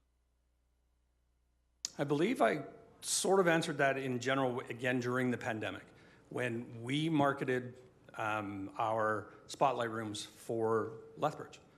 We don't have a YQL local strategy at the moment because we don't need it, because that's what Tourism Lethbridge is doing.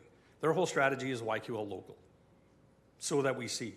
Up until about 2 weeks ago, everything on their social media posts, everything on their Instagram posts was about go to the Purple Carrot or whatever it is, or go and supporting local, and that's great. We're the ones that are continuing to market outside of Lethbridge. Up until a couple of weeks ago, hotels weren't even a part of, for example, Tourism Lethbridge's website. Up until a couple of weeks ago, the marketing strategy was YQL local. How are we going to do it? We'll just incorporate the same stakeholders that can market locally. Then what's the difference with what we have in front of us Why can't the two of you just work together? We keep Tourism Lethbridge and you guys partner with them. We're not going to spend 70% of our marketing budget on labor. That's first and foremost. We're going to make sure that the majority of our marketing dollars are spent marketing Lethbridge. We had initiatives for, in Lethbridge, for example, you asked what we were going to do in Lethbridge. We have an issue, I believe, with former Executive Director Will Slenders, where we were going to have hotel ambassadors, city ambassadors. We don't need, as you know, everybody has a cell phone. You're wherever you were at the Cheeto thing, I'm sure you pulled it up on Google Maps to find it. You didn't need to go to a hotel, you're right. You also didn't need to go to a tourist center. Google is your now new tourist center. We will continue to market through all social media platforms, all internet platforms, and we will continue to market both the city and the region to get people to Lethbridge. Locals. But you missed my question. My question is, why can't you work with Tourism Lethbridge? Because we have no faith in their governance model as it currently applies. Well, as long as We've council has faith. again, Councillor Croson, Thank you very much. Thank you. Thank you, Mayor Higgin. Thank you. Councillor Carlson. Thank you, Mayor Higgin. Thank you again, Mr. Primo, for being here today. Tourism Lethbridge was in front of us, as Councillor Dodick said. They presented a plan, a long-term strategy, a lot of outcomes, and well, they have a plan. What I got in the presentation was, we don't like them, but I got, what is your plan? Do you have a plan? Yes, sir. And we'd be more than happy to present it whenever the fee-for-service agreement is ready to be debated or discussed. We can present it in advance. It is a proprietary document. Well, I guess we have a clear-cut tourism strategy plan. Excellent. You've come in front of council Yes, to sir. say, let us be your DMO with no plan. I totally have a plan. But you've made the offer. I haven't seen what we get for that offer. So perhaps that could be presented at some time or sent to us. That'd be... Absolutely. Thank you. Final question on the list is, you represent 3/4 of the hotels. Yes, sir. You, in all of your partnerships and everything you do, are there any exclusivity clauses that you're the only hotels or you're the only properties or accommodations that can be? Because if I recall, because you brought it up in your slide, so I'll just bring it up. Your MOU insisted that Tourism Lethbridge exclusively advertise your hotels, no one else's hotels, accommodations for anyone else could not be there. Is A, is that correct? And B, is that beneficial for tourism in Lethbridge? I'd have to refer back to the MOU. I have it. It has been 4 years, and that's great. But again, currently, up until about 2 weeks ago, Tourism Lethbridge also didn't have any hotels on their website or work with any hotels in the city. So in regards to exclusivity, I can't get a Coke at the NMAX Center. They have exclusivity. We will protect our brand through exclusivity if and when it is required. But we will continue to market all properties in the city of Lethbridge. Acting Mayor Schmidt-Rempel. Thank you very much, Mr. Mayor, and thank you very much, Mr. Primo, for your presentation.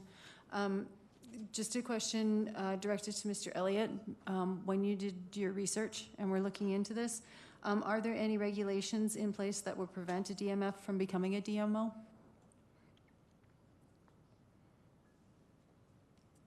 Our research primarily based in Alberta, but looked more broadly across Canada as well. And in any of the examples that we found, notwithstanding some of the different tourism levy arrangements and things like that, where there was a DMF in place, there was coordination with the DMO. They weren't the same entity. Okay, but there's nothing to prevent? Not that I'm aware of, but again, I'd be happy to defer to the experts here. And then just sort of in addition to that, if we're looking at moving this at all, and I'm not saying we are, but if we were to look at that, are there any, and this I guess to the Mr. City Manager, are there any procurement processes that we need to be aware of?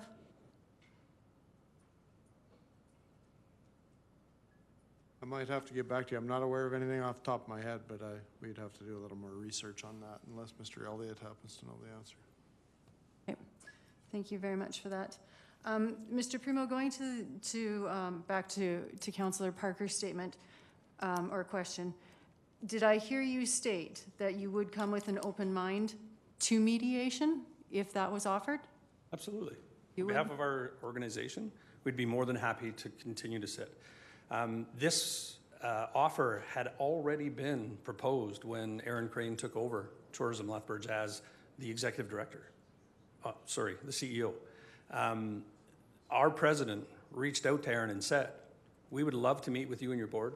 We were very, and I believe the term that Sasha used, and I'm going to paraphrase a little, was we're very excited. If anybody can fix this, it can be you. And we were very excited. Quickly turned to, yes, for $6,000, we can get a mediator and we can make this work. If the city of Lethbridge were to offer to pay for that? I totally understand, but my point being is that we did reach out back in the day to, and I believe this was when Aaron took over. I don't know exactly what the date was, but we did reach out to them and say, let's just get this done. So if that were to come forward again with the city of Lethbridge taking on the cost of mediation, you would come back to the table with Tourism Lethbridge and undergo a mediation process? Correct. And as I said to Councillor Parker, that governance and operations would be front of the discussion. Okay. No, I just wanted that answer. Now, just sort of working through that then. No, that's the last question. No, I'm good. Are you sure? I might come back. You might come back. Let me go All through right. my list. I'm here all day, so. All right. You've got all day. All right, Councillor Carlson. Thank you, Mayor Hagan. Through you to Mr. Elliott, if I can, going back to, I'm struggling because your presentation talked about best practices and information I've done, and Mr. Primo's presentation talks about best practices, and they're two different best practices.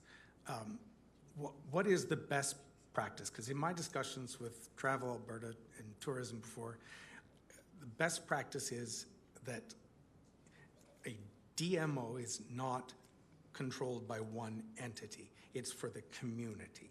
And sometimes it is funded through different mechanisms, one of which may be a lodging association, levies, etc. But they need to be separate so that not one sector is the DMO. Is that the best practice? Because I'm... Yes, thank you. Through the chair to Councillor Carlson. Again, the research that we did came back and showed that it's very common for a lodging association entity and a DMO to exist in the same community and work. So we've got that part down. The part that is missing in terms of best practices is the collaboration between those two entities. So we've got half of the model correct. The other half is the part that's not working. Excellent, thanks. And I think that goes back to what Acting Mayor was talking about, that we need to get in a room and figure this out. May I add to that? Very briefly? Sure thing. Okay. So in the other DMO models that you're referring to, hotels are a part of it. They are an integral part of being in the decision-making of DMOs, in the strategy of tourism. There's no use in, for example, trying to bring an event into Lethbridge when we already have 9 other events going on that weekend, which has happened over the last 4 years. Whether it's Tourism Lethbridge, another entity through Tourism Lethbridge going for an event. And all the hotels go, all you're going to do is upset a lot of people because there's already no rooms. These are integral parts of a DMO, of which... Mr. Primo, I don't disagree with that. But having a DMO controlled by one sector is different than having some input. Further to that, I'll just ask, because you talked about your offering and much outreach to Tourism Lethbridge and offering to be on committees. You were turned down for all your committee work? So the way the tourism, or the way the Lethbridge Lodging Association operates is we are all a volunteer group. Yep. So when it comes to whether it's a committee ask, whether it's a presentation ask, it's our contracted person who serves or works in conjunction with that group. So when, for example, the committees that we were asked to sit on, we said, absolutely, we will sit on all of them through our project coordinator. And you were turned down? We were turned down. We said, no, our project coordinator will sit on one, and individual hotels can sit on the others. We explained to them that that is not how we operate. We are all we are all in as a group, and it's when it comes to things like that, it takes away any optics of the university or Sasha's group sitting on the meetings and events portion, and then the lodge not get a meeting. And so, but you were offered committee work and turned it all down. We offered to sit on them, and we were turned down by Tourism Lethbridge. I thought you just said they said you could. I'm confused. No, sir. What they said was you can sit. We can sit on it as individual hotels. We do not sit on things as individual hotels. We act as one voice through our project coordinator, and we made that very clear to them. Okay. That's been clear to them since the inception of Tourism Lethbridge. They even said your project coordinator could not sit on any. Not sit on them. And in fact, in 2020, the board of Tourism Lethbridge removed our project coordinator, who speaks on our behalf, from Tourism Lethbridge. Thank you.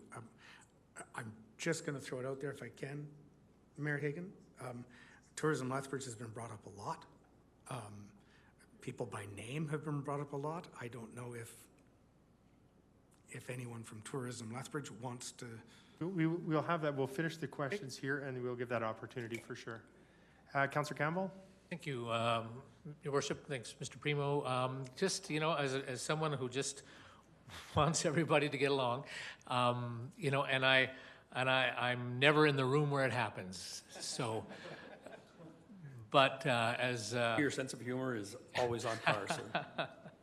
So, in the words of the President Washington, figure it out, Alexander. So so let's just moving forward. You get in with Aaron Crane, and you're gonna talk. How do we get along? What are the non-starters? As you get in there, and you want things to happen. You want things to happen. Tourism wants things to happen. You want it to be together. Give me. I know governance is a big one, but can you give me 3 other non-starters? I think Councillor Campbell, if I could, this is something I think would fit along with that mediation part. I don't. He's doing it for free. Doing it for free. But he already said that no one's going to be happy in the room. So I'm just, are you okay with that, Councillor Campbell? I would like just a couple of points that you just makes you say this can't work. That's all. Although I appreciate the question, this is neither the time nor the place for an answer to that. All right. Yeah. Okay. I do apologize, but I just think it is not the time. That could get. Okay, and I just like I say, it just feels that we can make this work, and it's just I don't know why it's not. That's all. Okay, thank you. No. Thank you, and my queue is cleared. So with that, I want to thank you very much, Mr. Primo, and the group. And there will be questions. We will ask these questions later because I understand that I jotted one down here, and I actually were able to answer that, correct? The DMS. Mayor Hagan, I think he really is chomping at the bit to answer the question or the clarification. So, assuming I ask the question that you want answered, what would be the answer be? So in Lethbridge, or in Alberta, hotels collect a provincial tourism levy. And it's the provincial tourism levy that specifically funds Travel Alberta.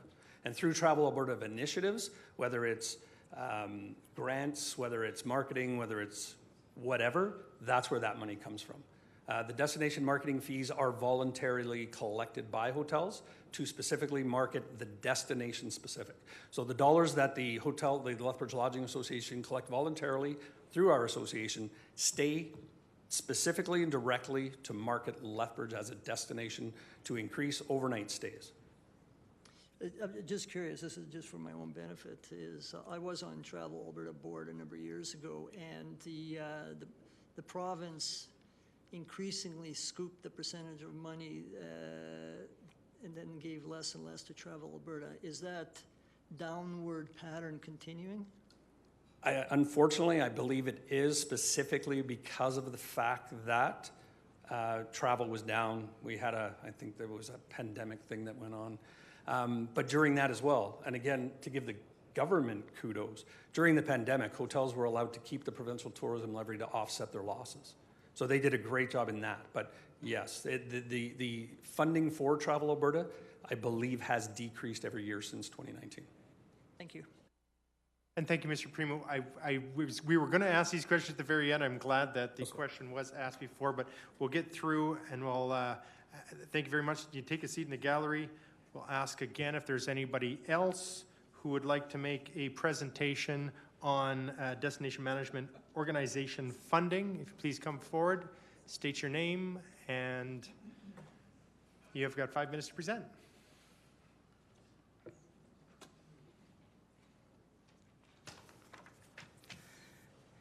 Thank you. My name is Erin Crane. I'm the CEO for Tourism Lethbridge, and I'm joined here with Michelle Day, who is the board chair for Tourism Lethbridge. And before I get started, I do just want to say thank you, sincerely. Thank you all for coming today.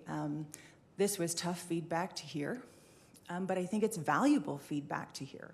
And we need to be hearing this feedback from our partners throughout the community, whether it's accommodations, restaurants, retailers, transportation, tour guides, whatever it is that makes up the tourism economy. We want to hear from everyone. And that's why we have the advisory committee, so that everyone has a voice and everyone has a seat at that table to decide what there is to do. So we're going to keep this short now because we are also ready to come to that mediation table with an open mind, and we're willing to do what it takes to bring tourism forward. We don't believe it should be a this group or that group. We believe it should be those working together, moving forward, putting Lethbridge on the map so our economy succeeds. That is what we believe. And we support the city's motion. We are in 100%. We want to make this work, and we'll do what it takes to do that. Michelle, do you have anything you want to add? And no, and as for that one recommendation that was brought forward from Jason, that's where we can sit there and review the best practices, industry trends, and those expertise, work with Travel Alberta, Destinations Canada, TIAC, to ensure that we are aligning not only municipally with your guys' tourism plan, but provincially, federally, and with the industry. And I look forward to those discussions.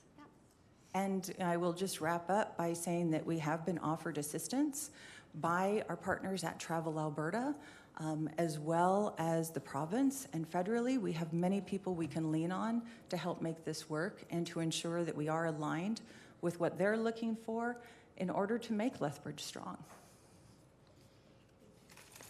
2 minutes and 40 seconds to go. I do have a few questions, and I thank you very much for presentation. And similar questions. Are you, I think you've already answered, but I'll ask again.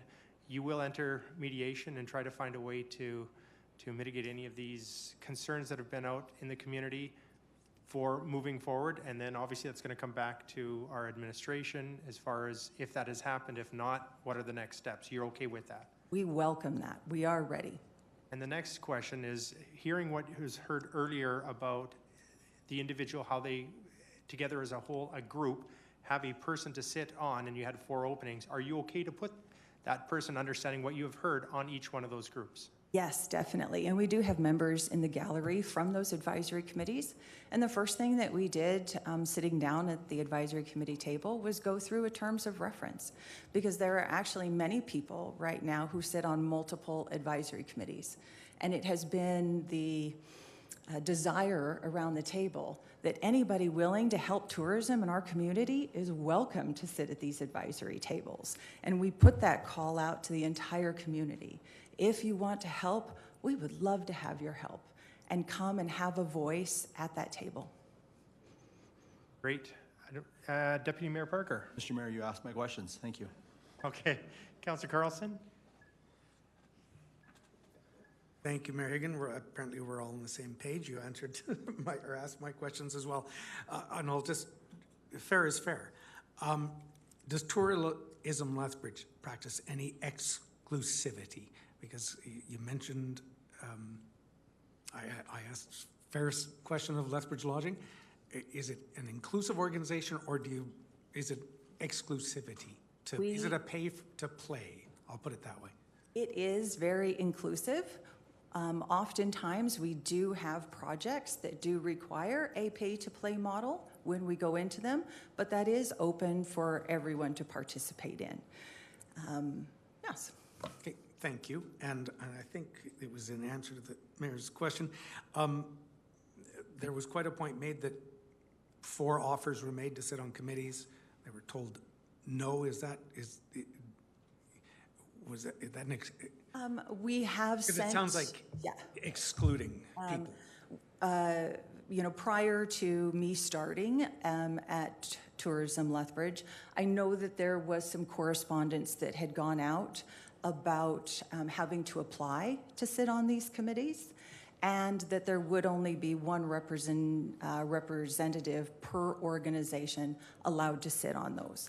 However, we have started the advisory committees, and the first thing we do there is to review those terms of reference, and everyone at the table has a voice, and a lot of those things were struck right away because we wanted to be inclusive.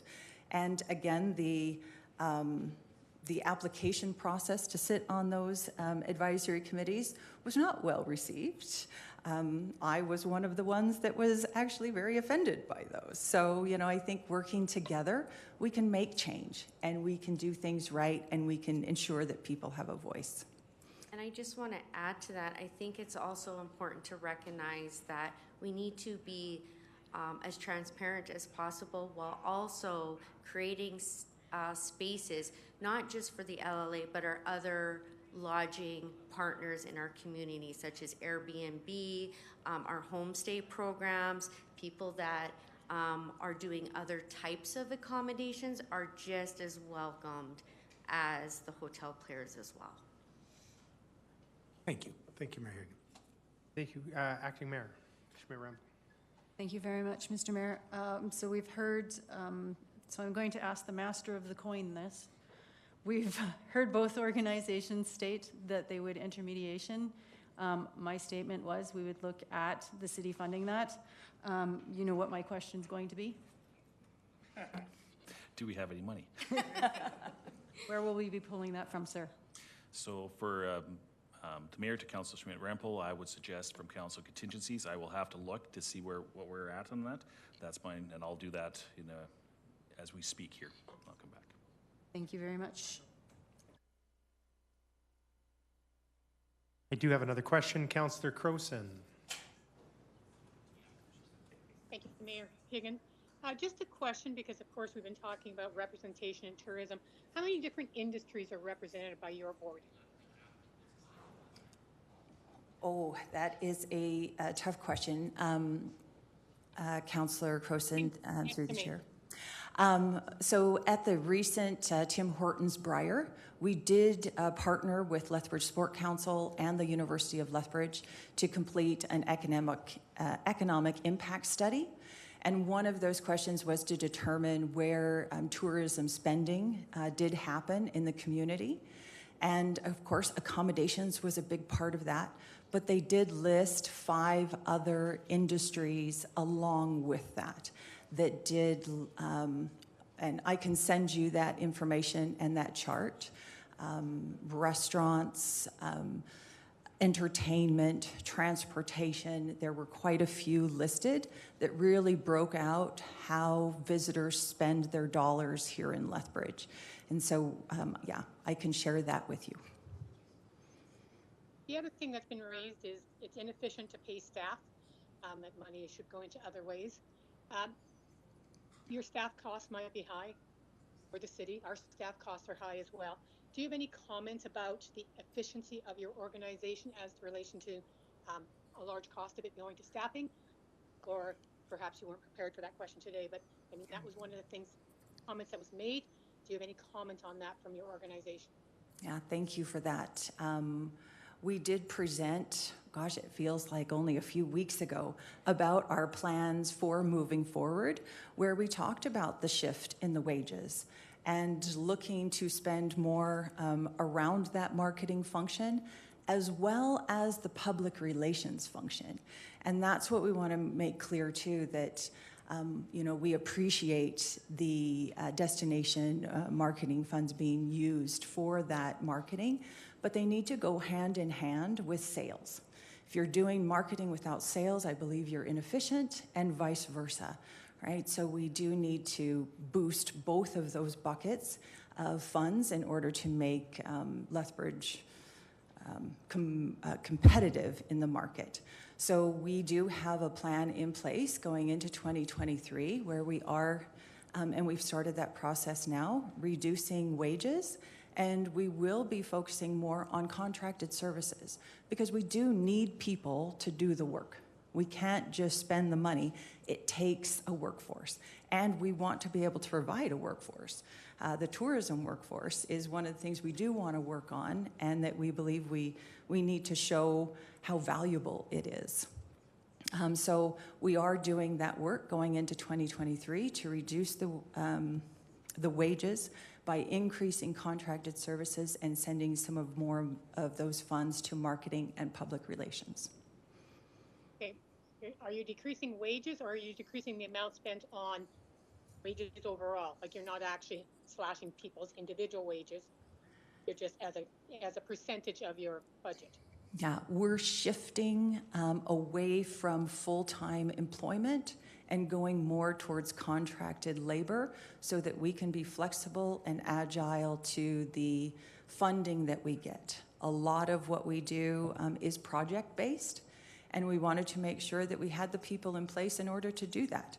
Sometimes the projects require a bit more of that sales, and we didn't want to have to rely on, the employees that we had who maybe didn't have that skill set.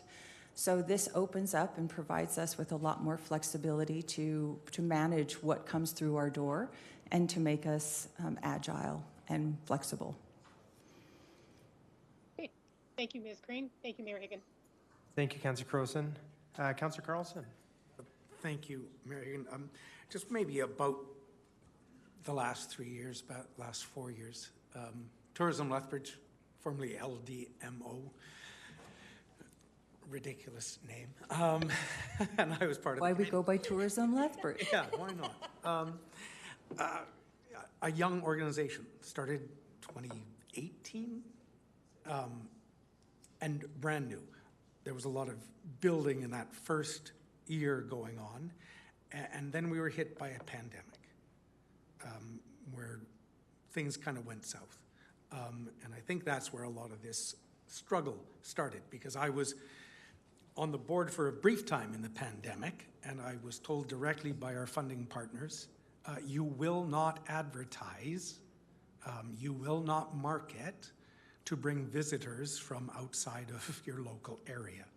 And I think that caused some of the concern, because at least one of our partners, accommodations, rely on them coming in. But is that your recollection, or that we were basically mandated that we should not bring visitors in to our community? Is that correct? I can't speak directly on the mandate, but I came on, I think, just as you were leaving. So there's this and I remember the conversation at that time discussing about regional involvement, engagement.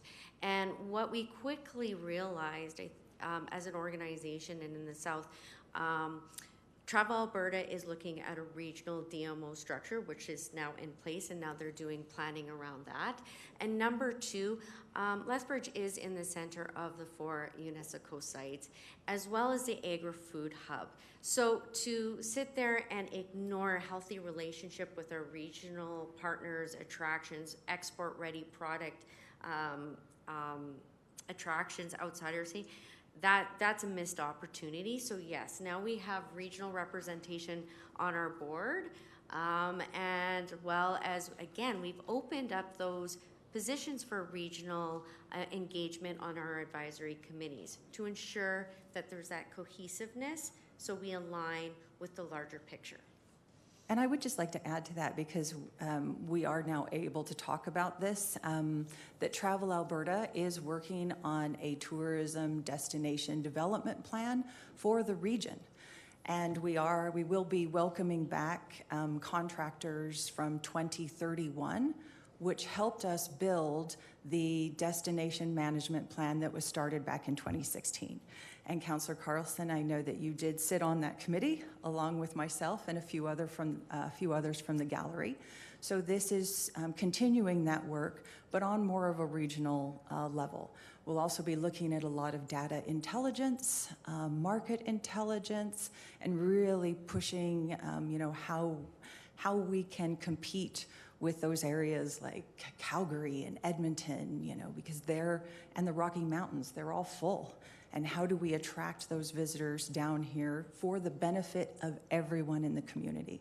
And that's another thing that we saw from that economic impact study, is that there is a huge benefit. And that's been a lot of the work that we've been doing with Travel Alberta this week during Small Business Week, is that it affects everyone. And a lot of, the tourism businesses are those smaller businesses, as well as some of our large employers, which are the hotels. So it takes everyone coming together to make it happen. And I'd like to just add one thing, because when you left the board, Travel Alberta's mandate was also different. It was focused on completely like a collaborating marketing funds. Travel Alberta's mandate has changed, and what is, and I think this was a question, is Travel Alberta supporting our community more or less? The funds have actually increased because of their capital funding. So they are actually now helping with product development, export-ready things. So our other attractions like the Guld, Nikiyuko and stuff, we are getting capital funding from Travel Alberta to build on that. So it's shifted strictly from a marketing to now a capital programming funding process as well. So that changed since you left as well. That's exciting to hear. In all my time working in tourism, getting dollars for product development and getting export-ready products was always a challenge. So I'm pleased to hear that. Thank you. And I'm pleased to hear the discussion around more regional cooperation. I know back when we started down this path in 2015, 2016, the pendulum was on one side where we were only focused on the region. It was like, come through Lethbridge to get to Calgary, all right? Lunacy. And I know in the community discussions, it was like, now we must focus only on Lethbridge. And so the pendulum swung the other way. I think there's a happy medium in there, and I think the hub and spoke model is one I fully support. So thank you for that. Appreciate it. I've got nothing further, Mayor Hagan. Good, and I see no further questions, and so thank you very much, Ms. Crane and Ms. Day, for the presentation. Appreciate you answering the questions that we have. And I will ask again, is there anybody else in the gallery that would like to make a presentation?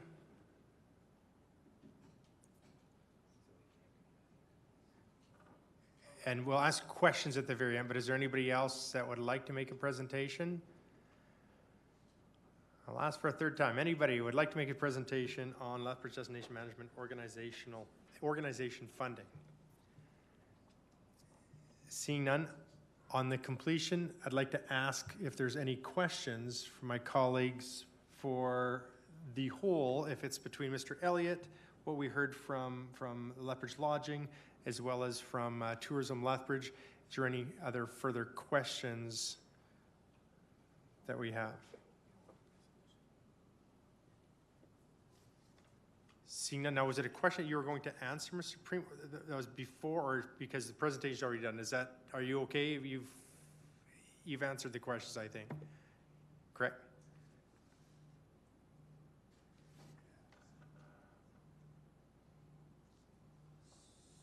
As a result of the presentation, do we have a chance to ask the questions or ask for rebuttals of anything that was presented?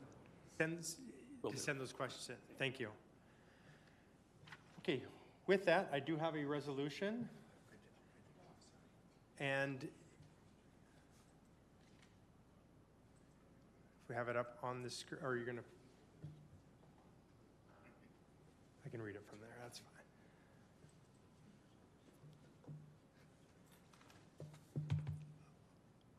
All right, the resolution that I have is, Be it resolved that the Economic Standing Policy Committee recommends to City Council that administration do the following. Number one, continue engagement with relevant stakeholders to understand issues and identify solutions. Number two, ensure alignment with the work being done on the regional economic development and tourism strategy. And number three, that the city offer mediation, not meditation, we won't do that, mediation. We can do meditation too, that might work. Mediation services to the Lethbridge Destination Management Organization and the Lethbridge Lodging Association up to a maximum of $10,000 with funding to be provided from council contingencies. And number four, report back with an update to economic SPC at the December 21st, 2022 meeting. I will open it up for questions. I believe that's Mr. Palladino's, or Councillor Palladino's resolution, and he is needed to step away, but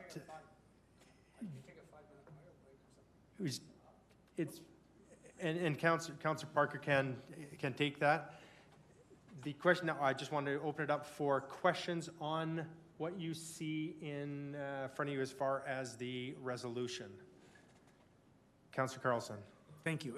$10,000 for mediation services. Is that what mediation costs? That's more than we spend on feral cats. I think we heard I thought we heard 7,000, up to 7.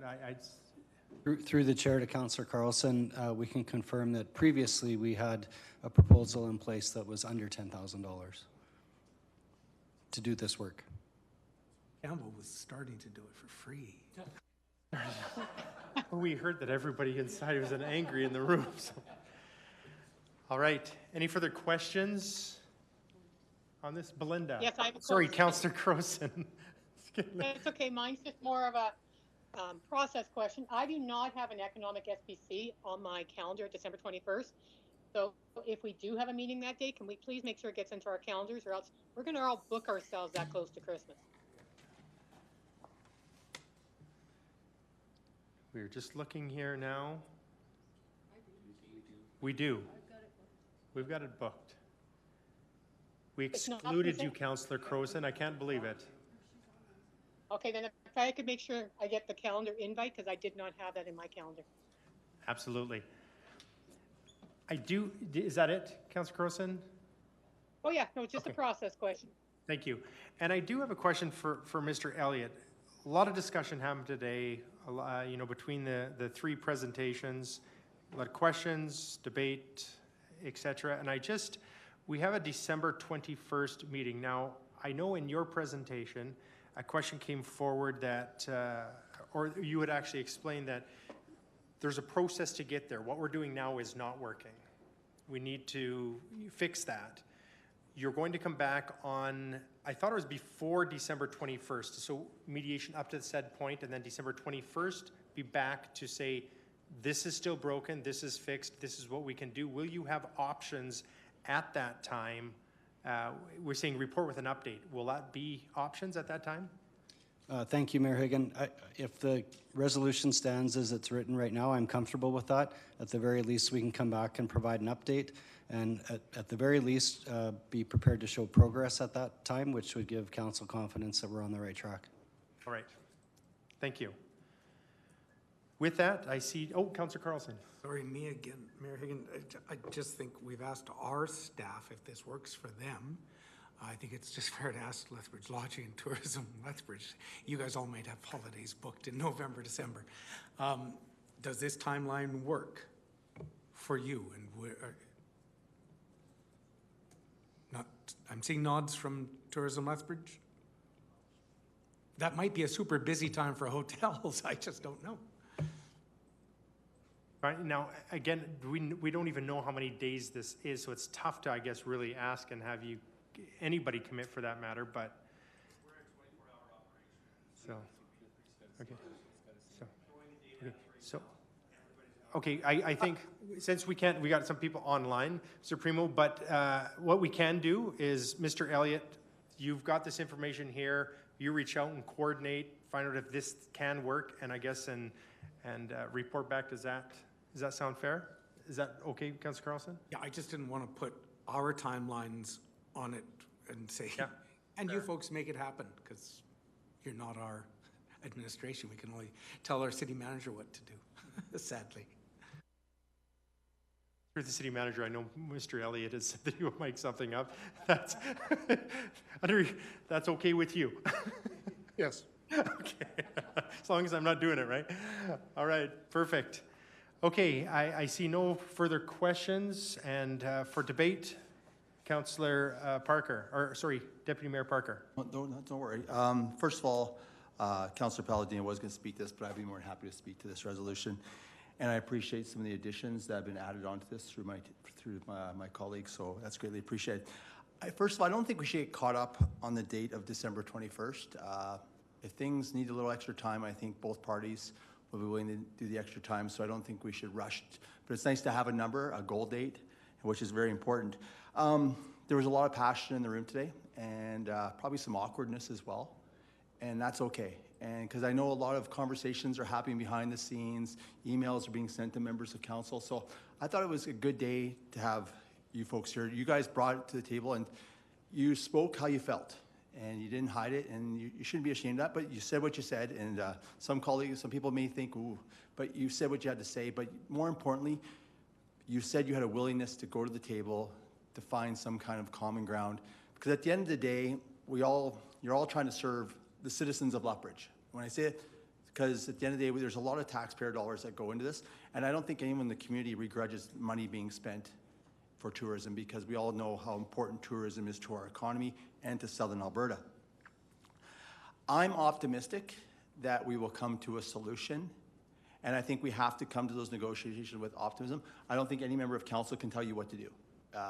We're just trying to help facilitate because you've made a presentation to us. But I think we have two parties that are willing to sit down, work together, and I want to thank our administration. And the reason why our administration plays a major role here is because this is the local tax dollars, and they're the administrators. They help administrate the funds and all that. So I'm fine with the amount of money, timelines. If we need a little longer, so be it. But I'm just glad that we have two people on the record who are willing to engage with an open mind to find a solution for the community as a whole. So I'd ask for council support. Councillor Carlson? Thank you, Mayor Higgin. Not to repeat anything Deputy Mayor Parker said. Sorry, we change so often, I forget. Every 6 months, they say. Yes. But this started with a presentation from Mr. Elliott in response to some of the discussions we've been having over the time to find better ways to fund tourism and how to make things work efficiently and better for our community. So I thank you for the research and work that went into that, and I think we're hopefully going to get there and even get better. So thank you for all that. In response to that, I think we got to a place that we needed to get to about 2 years ago. Get people in a room talking, not abandoning each other and not willing to play. And so it may have started in a bad place. I think Councillor Dodick started off with many of my feelings. I didn't like the tone. I didn't like some of the way this was brought out, but I think we got to a good place. At least we're all going to get to, you're all going to get together in a room and figure it out, because it is what's important for our community that we all work together. So I'm really quite encouraged by this, and it has my full support. Thank you. Acting Mayor Schmidt-Rempel.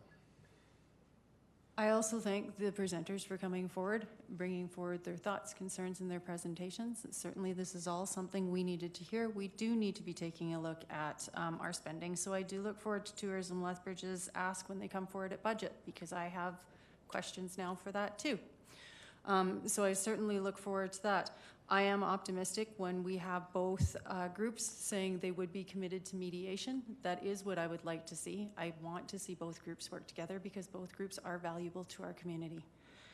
I will be supporting this resolution, and I do look forward to hearing the outcomes come December 21st and seeing where we're at. And thank you very much to our staff for starting the initial research on all of this.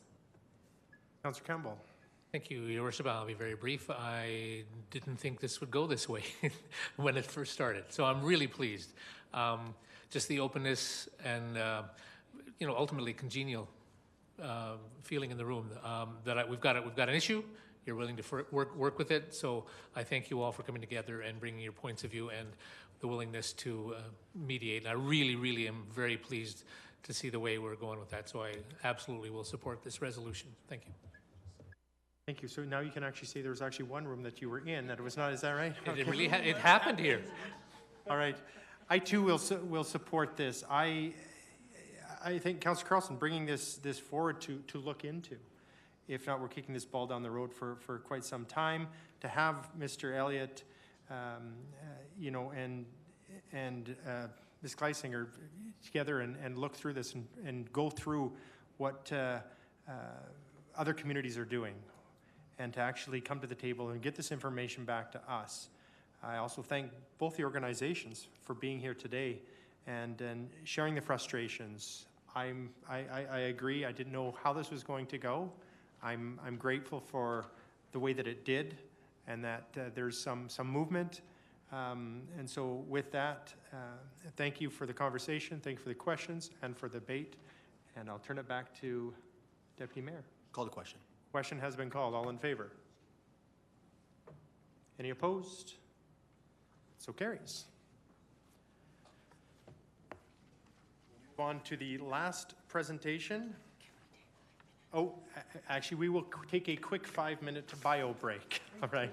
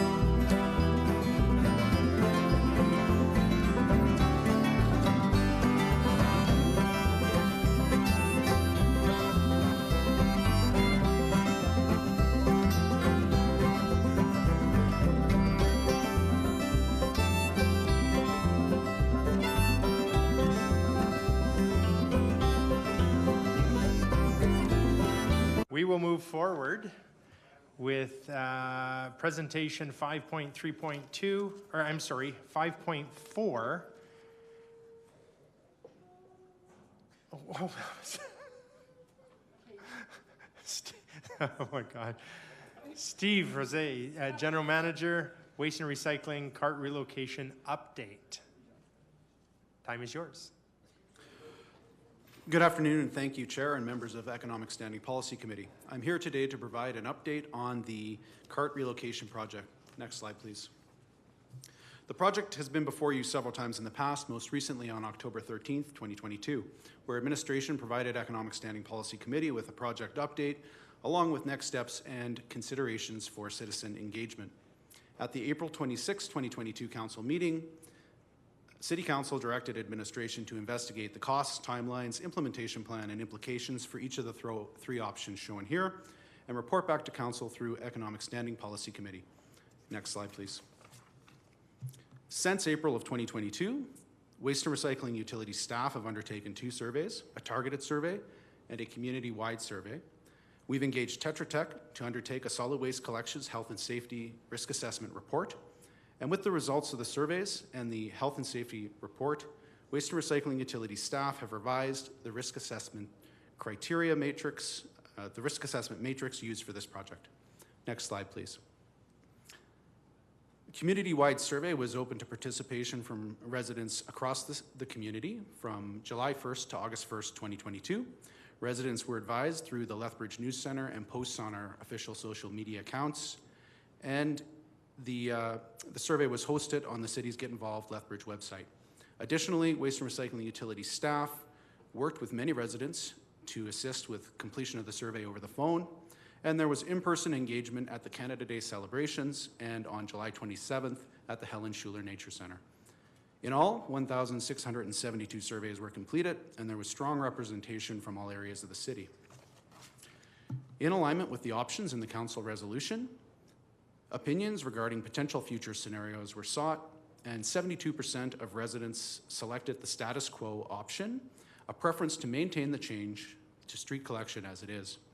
15% of respondents selected a direct impact cost distribution, and 13% of respondents indicated a preference that if neighborhoods returned to lane pickup, citywide cost distribution be applied.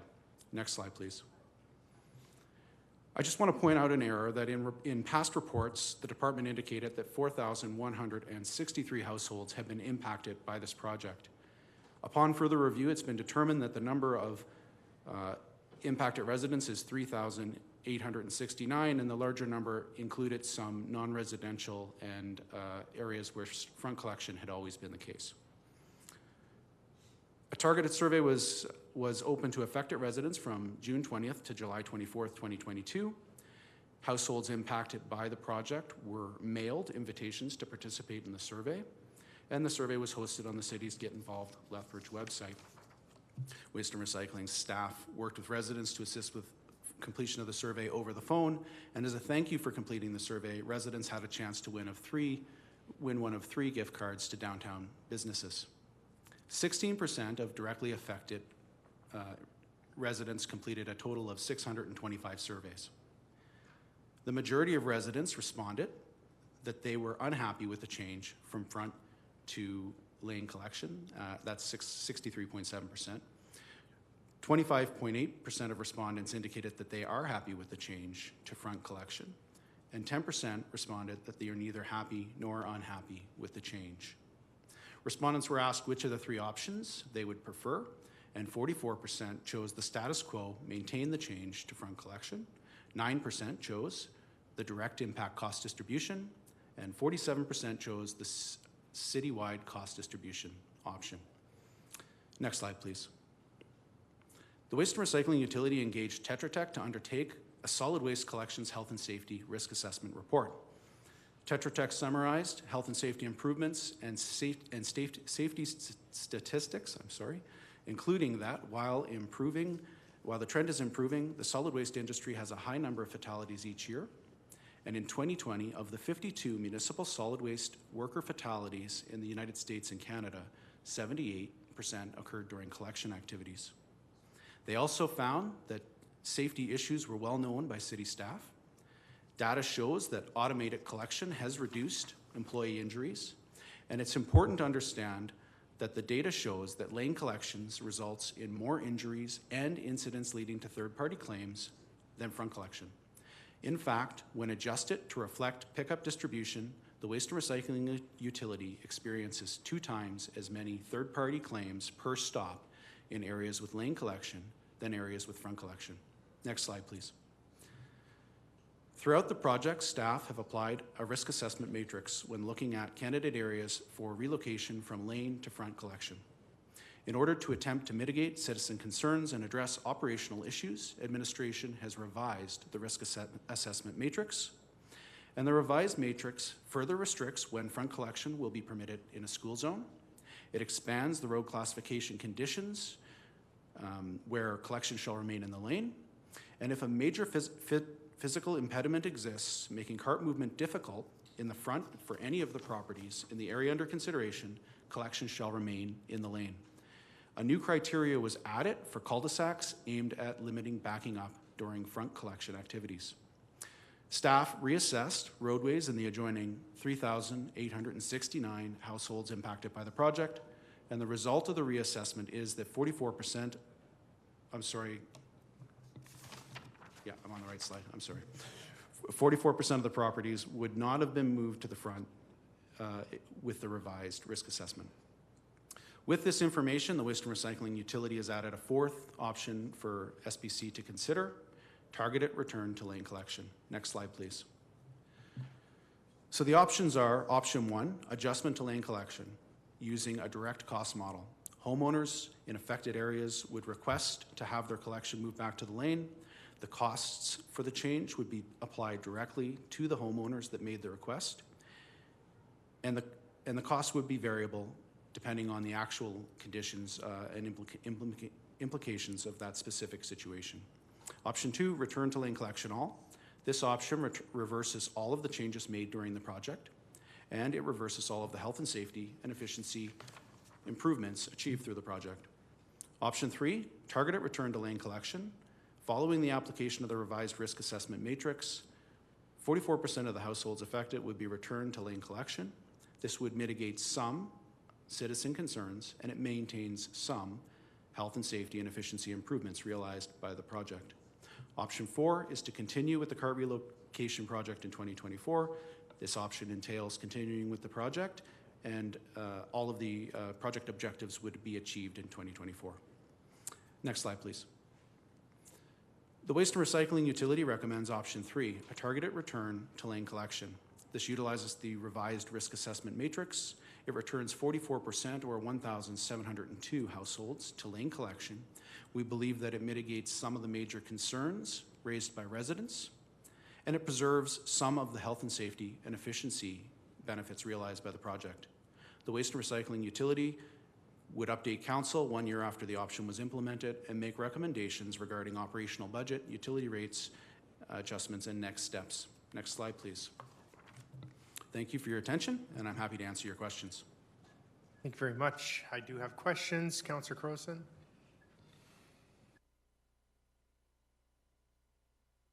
Thank you, Mayor Higgin. Thank you for the information. Of course, this has been something that has been bothersome to a lot of residents. And your suggestion is sort of middle stream. The ones that really cannot be picked up easily in the lane will be picked up on front and vice versa.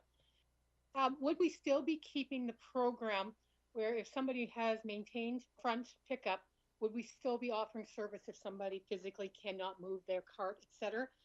Would that be maintained regardless of what option we pick? Thank you through the chair to Councillor Crowson. Yes, that is not contemplated in any of the options to change the special assistance program that we have in place for residents who need that program. So that would be available in any situation or scenario. And if we do go for the option that is being recommended with the changed risk assessment, which would put some back and some not, what would be the overall cost for that? The cost reduction in terms of actually the work, or the change to the cost savings?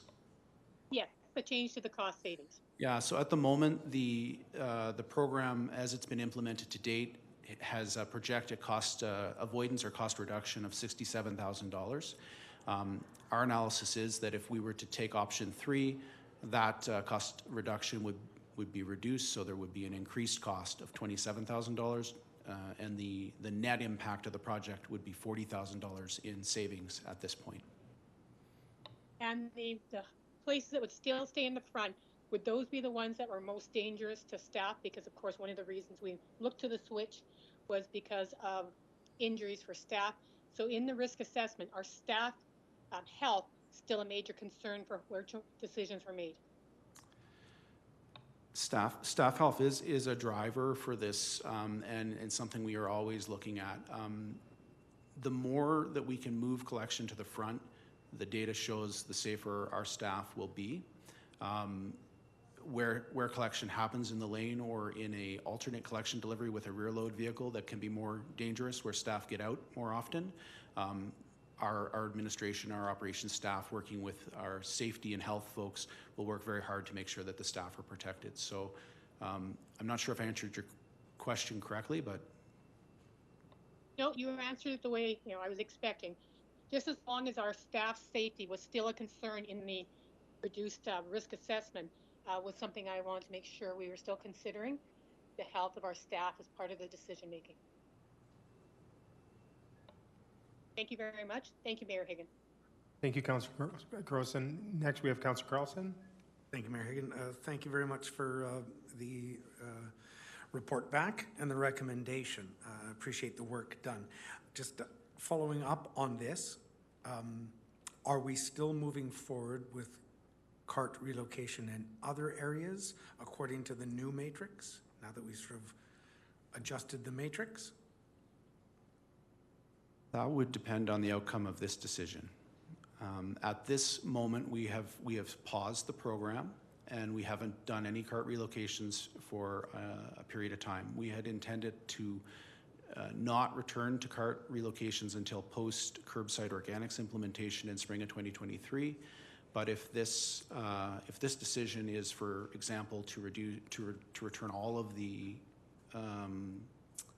households to the lane, then that would send a signal to us to not continue. So I guess what I'm saying, if council supports the recommendation of targeted using the new matrix, will we then keep proceeding where situations warrant in the community according to the new matrix to do those relocations or those, relocations?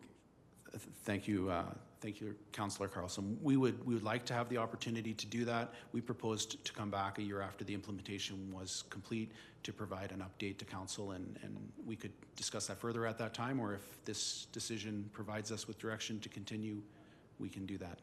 Thank you. Also, one of the challenges that caused or pushed us towards to relocate from lane to front was design standards for alleys and the new trucks, et cetera, et cetera, et cetera. Is this, we're already going to get rid of $27,000 in savings. Do we know what the future pressures are going to be to mitigate those damages in the back alleys? And I'm sorry, I don't have the number at the top of my fingertips, but it is in the report that was attached. There was a projected savings with regards to transportation and lanes, and it had to do with snow removal and premature degradation.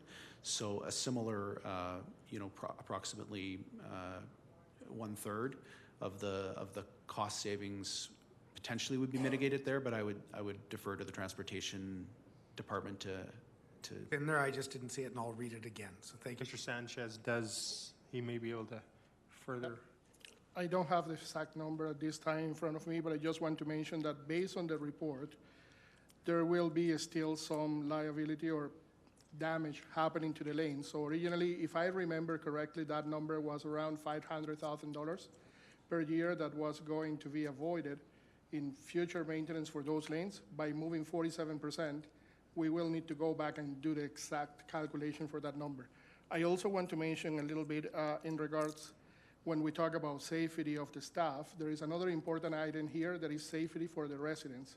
when we are in lanes, there might be kids, there might be residents on the lanes, and that's another opportunity that when we had Tetra Tech to look into the safety considerations, they brought that up. There has been many examples in other communities where people has been run over by a garbage truck or even staff being the same kids. There are multiple examples that we could bring over, and that's a safety aspect that we also take in consideration, not only as staff, but also the public.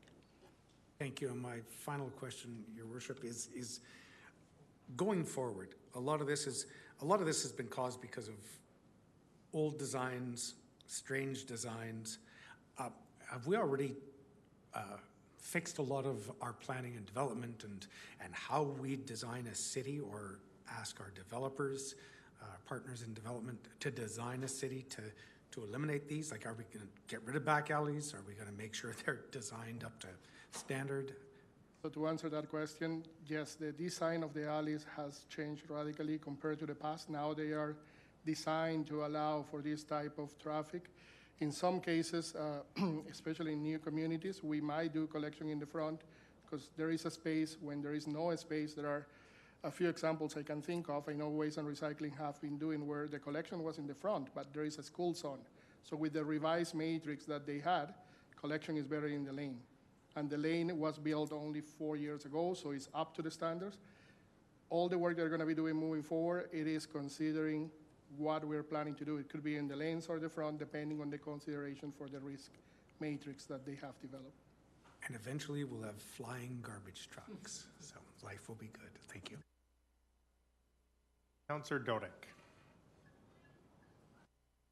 You know, I gotta admit, I am amazed about this thing, is that we had almost 4,000 people to a person objecting to this. And I recall when the presentations were made before, and they were talking about safety issues and damages in the lane, and the numbers seemed to be very modest, and that there was actually one accident that contributed to the bulk of the damages. Now I'm hearing about potential safety issues on narrow lanes with children playing in the backyard, which is the first time I heard about this. But what I haven't heard, and have any of the experts or anyone addressed, these same areas that have narrow laneways, quite likely also have narrow paved front areas. So you've got basically a slalom of front lane pickup, which people will have to avoid from time to time. Has that potential safety consideration been looked at all? So the question is, I'm sorry. Focus has been on the back lane. You said that there's safety and the savings if you move it from the back to the front lane. But nowhere did I see any consideration of the fact that all of a sudden you've now got a narrow front road. It's filled with these bins.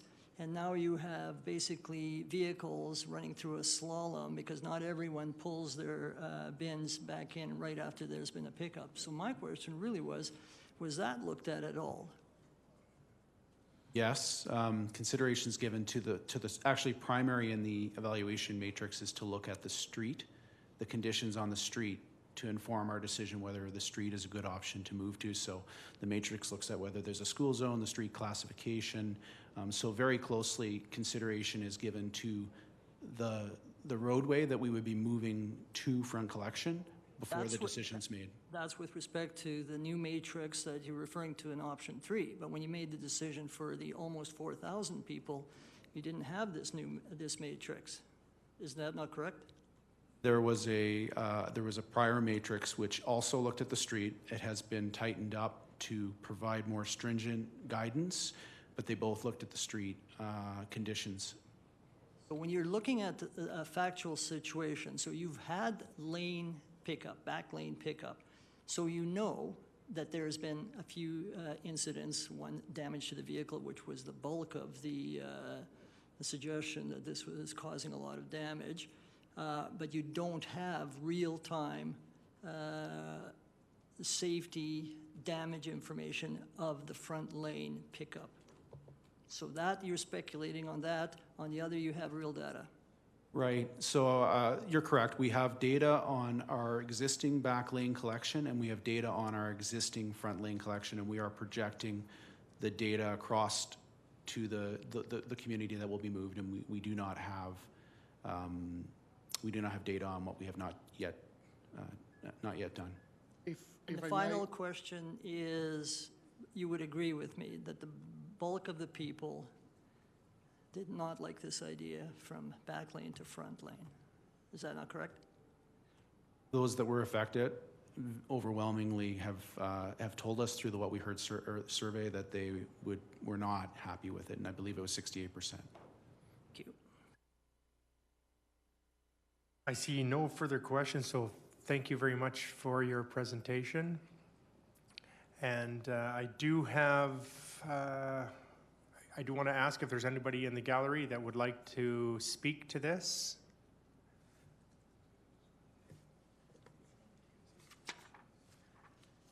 And this is for the cart relocation update.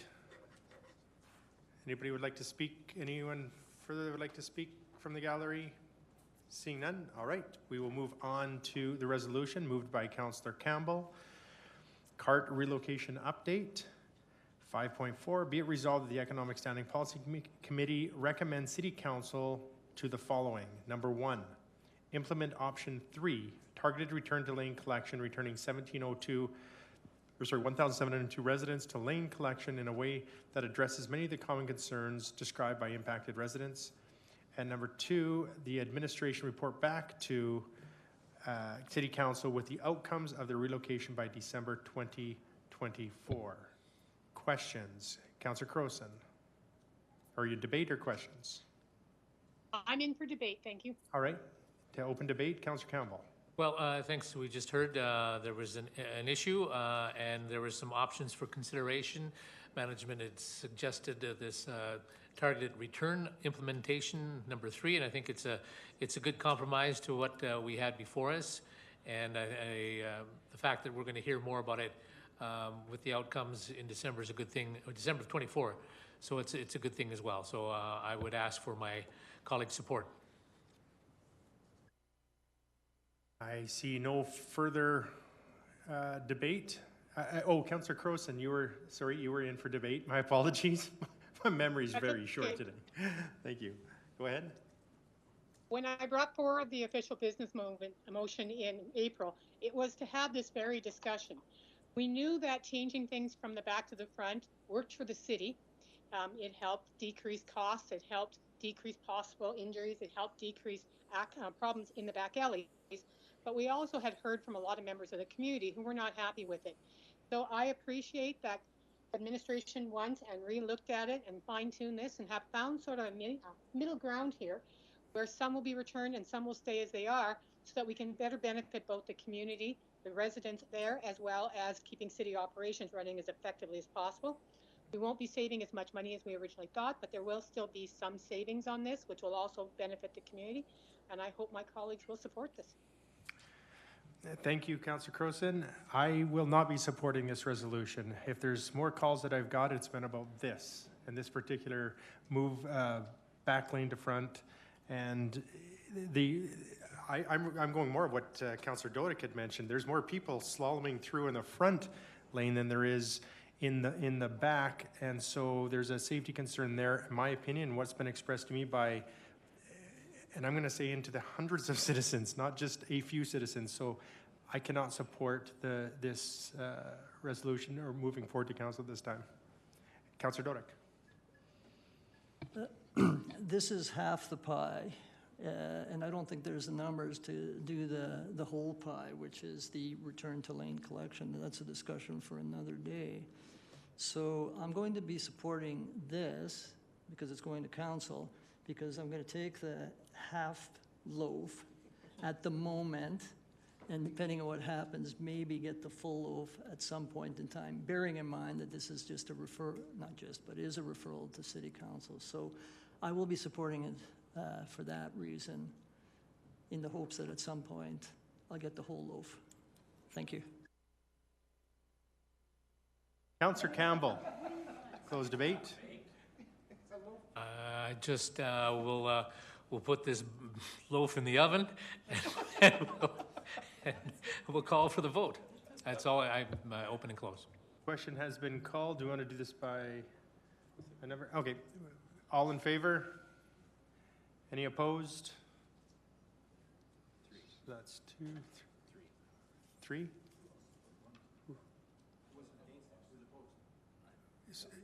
Councillor Croson, you're in favor, correct? Indubitably. Wow, okay. All right. It can't be 7-2. Nick's not here. Nick left his note behind. All right. There's 3 things you got to know about that. All right. Indubitably was 2 votes. All right, with that.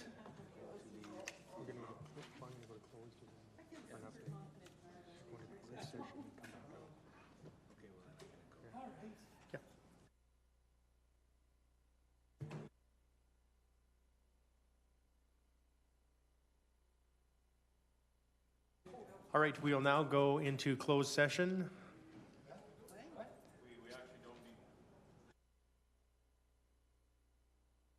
Your worship, if it's on that one item, I think we've resolved it. Different item.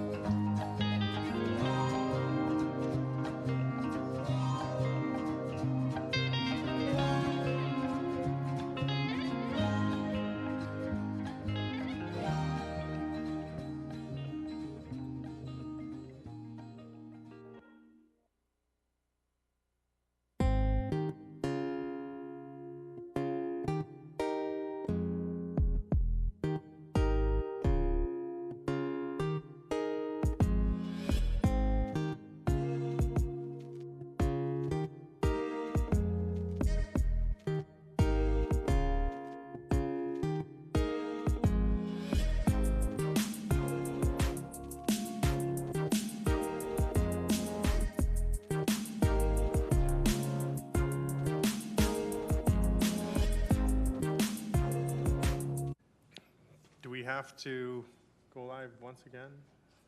Finish this up? No. You're not hungry. I'm just thirsty. Would you like some nerds? I've gotten the most calls about being thirsty. I wonder if I'll make it. We're good? All right. All right. I have some resolutions. The first one from Councillor Croson. Asset rationalization. 7.1, be resolved that Economic Standing Policy Committee directed the closed meeting discussions, reports, documents, and attachments with respect to the asset rationalization remain confidential pursuant to Section 23, Local Public Body Confidences, and 24, Advice from Officials of the Freedom of Information and Protection of Privacy Act. Councillor Croson. Question's been called. All in favor? Any opposed? Carries. From Councillor Croson as well. Treasury and Financial Services Operational Review. Be resolved, the Economic Standing Policy Committee direct that the closed meeting discussions, reports, documents, and attachments with respect to the Treasury and Financial Services Operational Review remain confidential pursuant to Section 19, Confidential Evaluations, and 24, Advice from Officials of the Freedom of Information Protection of Privacy Act. Councillor Croson? Question. Question's been called. All in favor? Opposed? No. And from Deputy Mayor Parker, encampments, be it resolved that the Economic Standing Policy Committee direct that the closed meeting discussions, reports, documents, and attachments with respect to the encampments remain confidential pursuant to Section 20, harmful to law enforcement, 23, local public body confidences, 24, advice from officials, and 27, legal privilege of the Freedom of Information Protection and Privacy Act. Councillor Parker? I just have a few questions of our administration. I just joke. Question. Question's been called. All in favor? Any opposed? And from Councillor Dodick. Economic interests 7.4. Be it resolved that the Economic Standing Policy Committee direct that the closed meeting discussions, reports, documents, and attachments with respect to the economic interests remain confidential pursuant to Section 23, Local Public Body Confidences, and 24, Advice from Officials of the Freedom of Information Protection of Privacy Act. Question has been called. All in favor? Any opposed? And we are adjourned. Thank you.